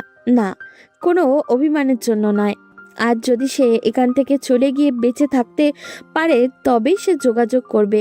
এই গ্রামের স্টেশনে রাত 11টায় ঢাকাগামী বাস যায়। আজ কিছুক্ষণ পরেই সন্ধ্যা রওনা দিবে। সে জানে না সে কিভাবে থাকবে, কিন্তু এটা ছাড়া আর কোনো উপায় নেই। বেশ কিছুক্ষণ পরে সন্ধ্যা ফিরে তাকালো। তার অবচেতন মন জানান দিচ্ছে কেউ একজন তার পেছনে এসে তার দিকে মায়া ভরা দৃষ্টিতে তাকিয়ে আছে। আর সেই একজনটা হয়েছে তার একমাত্র তার মা, তার পুরো পৃথিবী। তার প্রিয় একটা অংশ। এই মানুষটিকে ছাড়া সে থাকবে কিভাবে তা তার জানা নেই, কিন্তু থাকতে তো তাকে হবেই। অন্তত এই মনের বিরুদ্ধে গিয়ে অন্য একজন খারাপ মানুষের সাথে তার জীবনটা সে জড়াবে না। জোহরা এগিয়ে এসে আচমকা মেয়েকে জড়িয়ে ধরে ডোকরে উঠলেন। সন্ধ্যা বসা অবস্থায় মায়ের কোমর চেপে জড়িয়ে ধরে চোখ বুজে নিল। সে জানে না আর মায়ের এই ঘ্রাণ নিতে পারবে কিনা। ডুকরানোর শব্দ শুনে সে মাথা তুলে মায়ের দিকে তাকালো। না, তার মা তো কান্না করছে না। তবে কি এটা তার অবচেতন মনের ধারণা? কিন্তু সে জানে তার এই ধারণা সঠিক। তার মা কান্না করছে। মেয়ের সামনে কান্না না করায় বৃথা চেষ্টা চালিয়ে যাচ্ছে, আর তাতে তিনি সফল হলেও সন্ধ্যা কিন্তু ঠিকই বুঝতে পেরেছে। জোহরা মেয়ের দুগালে পরম আদরে হাত রেখে মেয়ের অশ্রু মুছে দিলেন। এরপর ফিসফিস কণ্ঠে শুধালেন, একদম কান্না নয়, তুই ঢাকায় গিয়ে খুব ভালোভাবে বাঁচবি মা। তোর মামা তোকে ফিরিয়ে দিতে পারবে না। মামা তোকে খুব ভালোবাসবে, পড়াশোনা করাবেন, আগলে থাকবি ওখানে। বাবার আদর কিছুটা হলেও উপলব্ধি করতে পারবি। মানুষের মতন মানুষ হ মা। সন্ধ্যা জোহরাকে জড়িয়ে নিল। জোহরাও মেয়েকে আরো চেপে জড়িয়ে নিলেন। যেন মনে হচ্ছে ছেড়ে দিলেই মেয়েটা তার কাছ থেকে অনেক দূরে চলে যাবে। সে তো চায় না এই মেয়েটা তার কাছ থেকে দূরে সরুক, কিন্তু উপায় যে আর নেই। তার মেয়ের জীবন বাঁচাতে হলে তাকে এই যে ত্যাগ করতেই হবে। তার মা মেয়ে দুজনকেই। মুহিব সামনে বই নিয়ে বসে আছে। পরপর 2টা পরীক্ষা দিয়ে সে খুবই ক্লান্ত। কালকের পরীক্ষাটাও অনেক কঠিন। সে দীর্ঘক্ষণ যাবৎ মনের সাথে যুদ্ধ করে মাত্র কয়েকটা প্রশ্নের উত্তর করতে সক্ষম হয়েছে। অথচ এর আগে এমন পরিস্থিতি তার হয়নি। আজ 3 দিন যাবৎ সে শ্বাস ফেলার সময় পায়নি। আর কালকে এমন একটা পরীক্ষা, আর সে কোনো মতে বইয়ে মন দিতে পারছে না। বারবার চোখের সামনে শুধু সন্ধ্যার চেহারাটা ভেসে উঠেছে। মুহিব ভাবনা থেকে সন্ধ্যাকে সরিয়ে বইয়ের মনে দেওয়ার চেষ্টা করলো, কিন্তু এবার সে ব্যর্থ। মুহিব মাথা চেপে বইয়ের উপরে বসে রইল। এরপর সামনের খোলা জানালার বাইরে দৃষ্টি দিয়ে আপন মনেই আওড়ালো, তুমি আমার সাথে সাথে আমার মস্তিষ্কটাকেও হাত করে ফেললে। বলেই মুচকি হাসলো। সে বইয়ে আবারও মনোযোগ দেওয়ার চেষ্টা করলো, কিন্তু একইভাবে আবারও ব্যর্থ হলো। মাথা থেকে কিছুতেই সন্ধ্যার কথা সরছেই না। আজ এমন কেন মনে হচ্ছে? সন্ধ্যা ভালো আছে তো? এই কথাটা নিজের মনে আওড়াতেই সন্ধ্যার জন্য তার খারাপ লেগে উঠল। সন্ধ্যাকে সে কথা দিয়েছিল চিঠি দেবে, কিন্তু পরীক্ষার চাপে আর দেওয়া হয়ে ওঠেনি। অথচ সে আসার সময় বলেছিল প্রতিদিন চিঠি দিবে। জানে না মেয়েটা কেমন অভিমান করে আছে। এটা ভাবতেই সন্ধ্যার অভিমানী চেহারাটা মুহিবের কল্পনায় হানা দিল। মুহিবের অনুশোচনা হলো, মেয়েটাকে যে সে বড্ড ভালোবাসে। কালই একটা চিঠি দিয়ে মন ভালো করে দিবে মুহিব ঠিক করলো। কাল সে পোস্ট অফিসে গিয়ে সন্ধ্যা আর পরিবারের জন্য চিঠি পাঠাবে, আর চিঠি জমে থাকলেও তাও নিয়ে আসবে। কে জানে বাবা কতগুলো চিঠি দিল। মুহিব সামনের বই সরিয়ে চিঠি লিখতে বসলো। মুহিব জানে সন্ধ্যা এত সব অভিমানের মাঝে তার একটিমাত্র চিঠিতেই অভিমান ভুলে যাবে। আজগর শেখ খেয়ে উঠতেই আসমা বেগম জিজ্ঞাসা দৃষ্টিতে বলে উঠলেন, বিয়ে কি কাল? আজগর শেখ জবাব দিলেন না। আসমা বেগম কিছু মনেও করল না। তার স্বামীকে বিয়ের পর থেকেই এই রকম দেখে আসছে। স্বামীর নীরবতাকে সে ধরে নিল তার কথাই ঠিক। আসমা বেগম আবার শুধালেন, মহিবকে একবার বলা উচিত ছিল না? আজগর শেখ চেয়ার ছেড়ে রুমের দিকে পা বাড়াতে বাড়াতে জবাব দিল, পরীক্ষার মাঝে মুহিবকে বিরক্ত করা লাগবে না। একবার পরীক্ষা দিয়ে আসুক, আর এটা তো ধুমধাম করে হচ্ছে না। ঘড়ির কাঁটা নড়ে উঠতেই জোহরা আধ পুরনো ঝুলন্ত ঘড়িটার দিকে দৃষ্টি দিল। 10টা বাজতে চলল। বাস ছাড়তে আরো 1 ঘন্টা বাকি, কিন্তু সে কোনো রকম রিস্ক নিতে চায় না। সে মেয়েকে আগে ভাগে বাসে বসিয়ে ঘরে ঢুকতে পারলেই শান্তি। জোহরা তড়িঘড়ি মেয়েকে ছেড়ে আনিস মিয়ার ঘরের দিকে উকি মেরে আসলেন। না, স্বামী তার ঘুমাচ্ছে। কুসুমও গভীর ঘুমে। সন্ধ্যা বোনের দিকে এগিয়ে গেল। এই বোনটাকে সে কোলে পিঠে করে মানুষ করেছে। বোনটাকে ছেড়ে সে কিভাবে থাকবে? এত সব ছেড়ে আদৌ পারবে তো? কুসুম তো চলতে ফিরতে আপাকে খুঁজে। আপাকে ছাড়া নিজেকে অভ্যাস করতে পারবে তো মেয়েটা? সন্ধ্যা বোনের গালে হাত বুলিয়ে দিল। শেষ কয়েকদিন ধরে মেয়েটা একদম ভালো হয়ে গিয়েছে। যেন সে সব বুঝে গিয়েছে, আপাকেও আপার মতো থাকতে দিয়েছে। সন্ধ্যা কুসুমের কপালে চরম আবেশে চুমু দিয়ে অশ্রুমাখা কণ্ঠে ফিসফিস করে বলে উঠল। তুই ভালো থাকিস বোন। জোহরা চাদরে মুখ ঢেকে মেয়েকে বোনের কাছ থেকে টেনে তুললেন। তিনি বারবার স্বামীর রুমের দিকে উকি ঝুঁকি মেরে সন্ধ্যাকে তাড়া দিলেন। ফিসফিস কণ্ঠে শুধালেন। আয় তাড়াতাড়ি, বাদ ছেড়ে যাবে। সন্ধ্যা বোনকে জড়িয়ে ধরে মায়ের দিকে তাকালো। এরপর অনুরোধের সুরে অনুনয় করে বলে উঠল। মা, আমি এই মেয়েটাকে ছাড়া কিভাবে থাকবো? ও তো আমাকে ছাড়া কিচ্ছু বোঝে না। জোহরা মেয়ের দিকে তাকালেন। তিনি জানেন মেয়ের বৃথা মায়ার কথা বলছে, যেটা হবার নয়। সন্ধ্যা আরেকবার বোনের দিকে ফিরে তাকালো। ফিরে তাকাতেই দেখলো ঘুমন্ত কুসুম জেগে উঠেছে। সে চোখ মেলে আপার দিকে তাকিয়ে রইল। আপার চুমু অনুভব করেই সে জেগে উঠেছে, কিন্তু সে জেগে আপাকে কোনো প্রশ্ন করলো না। চুপচাপ আপাকে জড়িয়ে ধরে ভরসা দিল। তা দেখে সন্ধ্যা কান্নার মাঝে হেসে মায়ের দিকে তাকালো। দেখেছো মা, আমাদের কুসুম কি বুঝতার হয়ে যাচ্ছে। সন্ধ্যা শেষবারে বোনকে আগলে কপালে চুমু এঁকে দিল। এরপর একটা চিঠি বোনের হাতে গুজে দিল। কুসুমও বুঝে নিয়েছে যে ডাকপিয়ন এলে চিঠিটা ওনার হাতে দিতে হবে। এরপর মা মেয়ে দুজনেই বেরিয়ে গেল। কুসুম যতদূর মা বোনের অস্তিত্ব দেখা যায় ততদূর তাকিয়ে রইল। অন্ধকার তেমন কিছু বোঝা যাচ্ছে না, কিন্তু সে আন্দাজ তাকিয়ে রইল। এরপর চোখ মুখ ফিরতে গিয়ে চমকে গেল। আনিস মিয়া দাঁড়িয়ে আছে। আনিস মিয়া খোলা জানলার দিকে দৃষ্টি দিল। সে একবার খোলা দরজার দিকে তাকালো, আর একবার কুসুমের দিকে। তিনি অভিজ্ঞের মতো করে মৃদু আলো ঘরের চারিদিকে দৃষ্টি ঘোরালো। না, সম্পূর্ণ ঘর নীরব। তাহলে কি তার ধারণাটাই সঠিক? এই জন্যই কি জোহরা এই কয়দিন একদম চুপ ছিল? আনিস মিয়ার ঘুম ভেঙে যাওয়াতে প্রথমে রাগ হলেও এখন মনে হচ্ছে যা হয়েছে ভালোই হয়েছে। আনিস মিয়া খোলা দরজার সামনে থেকে কুসুমকে সরতে ইশারা করলো, কিন্তু কুসুম যেন ভয়ে নড়াচড়া করতে ভুলে গিয়েছে। আনিস মিয়া দ্বিতীয়বার জোরে ধমক দিয়ে সরতে বলতেই কুসুম ভয়ে কাচুমাচু ভঙ্গিতে দরজার পাশ থেকে সরে দাঁড়ালো। আজকের মতো বাবাকে তার আর ভয়ঙ্কর কোনো সময় লাগেনি, অথচ বাবা এখনো কিছুই বলেনি। তবুও তার কেন জানি ভয় ভয় লাগছে। আনিস মিয়া কুসুমের পাশ কেটে বারান্দায় গেল। না, কেউ নেই। তাহলে কি তার ধারণাই সঠিক? সে হুড়মুড়িয়ে আধারের মাঝে দ্রুত গতিতে পা বাড়ালো। বাবার এমন তাড়াহুড়ো করে হাঁটা দেখে কুসুমও বেরিয়ে এলো। তার চোখের সামনেই বাবা কয়েক সেকেন্ডের মাঝে পথের দিকে মিলিয়ে গেলেন। কুসুমের আধারের মাঝে চারিদিকে তাকালো। অন্য সময় আপা সাথে থাকলেও ভয় লাগে, অথচ আজ সে সম্পূর্ণ একা হয়েও ভয় লাগছে না। তার একটাই ভয়, বাবা যেন আপাকে ধরতে না পারে, বাস যেন ছেড়ে দেয়। সে তড়িঘড়ি ঘরে ঢুকে দেওয়ালে থাকা পুরনো ঘড়িটার দিকে দৃষ্টি দিল। মাত্র 10:30। বাস ছাড়তে এখনো আধা ঘন্টা বাকি। তবে কি আপাকে ধরে ফেলবে? কুসুমের ভয়ে হাত পা জমে গেল। সে মনে প্রাণে দোয়া করতে লাগলো। জোহরা বাসের সিটে মেয়েকে বসিয়ে আশ্বস্ত করলো। সে সন্ধ্যাকে বসিয়ে নেমে যেতে নিলেই সন্ধ্যা জোহরার হাত ধরে ফেলল। তা দেখে জোহরা মায়ের পাশের সিটে বসে ভরসা দিলেন, কিন্তু বেশিক্ষণ পারল না। পাশের সিটের মহিলাটা তাড়া দিল জোহরাকে সিট ছাড়তে। আর কিছুক্ষণ পরেই বাস ছেড়ে দিবে। জোহরা বাস থেকে নেমেই বাইরে সন্ধ্যার সিটের পাশে গিয়ে দাঁড়ালো।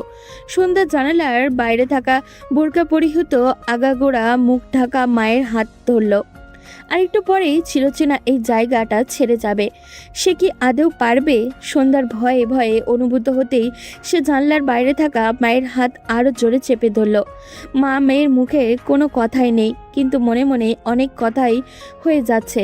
জোহরাও ভয় পাচ্ছে, কিন্তু মেয়েকে দেখাচ্ছে না। বাস ছাড়বে ঠিক সময়েই পেছন থেকে কয়েকজন মানুষের শোরগোল শোনা গেল। জোহরা পেছনে ফিরে তাকাতেই চমকে গেল। আনিস মিয়া হারুনকে নিয়ে দাঁড়িয়ে আছে। হারুন সন্ধ্যার দিকে তাকিয়ে হাসি দিল, যে হাসিটা দিয়ে সে অনেক কিছু বুঝিয়ে ফেলেছে। তা দেখেই সন্ধ্যা ভয়ে মায়ের হাত চেপে ধরল। তার কি তবে আর যাওয়া হলো না? সকাল নেমে এলো। সন্ধ্যা মেঝেতে হাঁটু মুড়ে বসে আছে। রাত থেকে সকাল ফুটে গেল, অথচ তার চোখে ঘুম আর ধরা দেয়নি। ঘুম আসবেই বা কীভাবে? এই তো আসরের পরেই তার কাবিন হয়ে যাবে।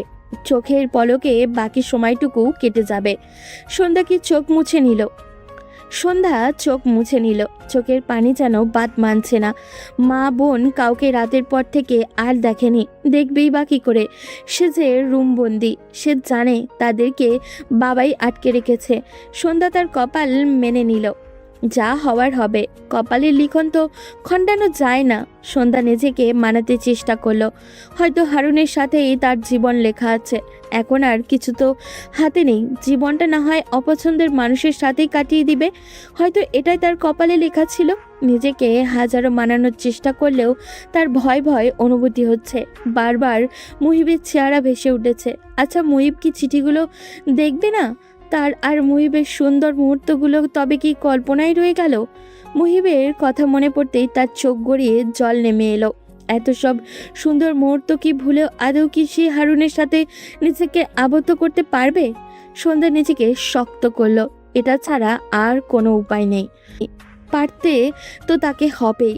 মা বোনের দিকে তাকিয়ে হলেও এইসব মেনে নিতে হবে। সন্ধ্যা রুমের বন্ধ দরজার দিকে অশ্রুমাখা চোখে তাকালো। সেই রাত থেকে সে রুম বন্দি, এখনো কেউ দরজা খুলল না। সন্ধ্যা চোখ মুখ মুছে নিল।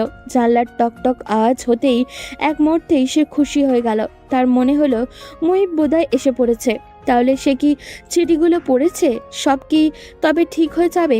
দ্বিতীয়বার আওয়াজ পেতেই সন্ধ্যা উৎফুল্ল হয়ে বসা থেকে উঠে দাঁড়ালো, জানলার ধারে এগিয়ে গেল। খুশি খুশি রবে সে জানলা খুলতেই চমকে গেল। হারুন বিশ্রীভাবে হেসে তার দিকে তাকিয়ে আছে। সন্ধ্যার ভাবতেও ঘৃণা লাগছে যে এই মানুষটার সাথেই তার বাকিটা জীবন কাটাতে হবে। সন্ধ্যা জানলা বন্ধ করে দিতে গেলেও হারুন খপ করে গ্রিলের ভেতর দিয়ে জানলার কবজা ধরে ফেলল। সে সরে যেতে নিলেই হারুন শিকল ভেদ করে তার হাত ধরে ফেলল। হারুন শক্ত করে সন্ধ্যার হাত চেপে ধরে আছে। সন্ধ্যার ব্যথায় চোখ ভরে উঠল। এই দক্ষিণ দিকটাতেই কেউ আসে না, তাই হারুনের এই অসভ্যতামি করার চোখে পড়বে না।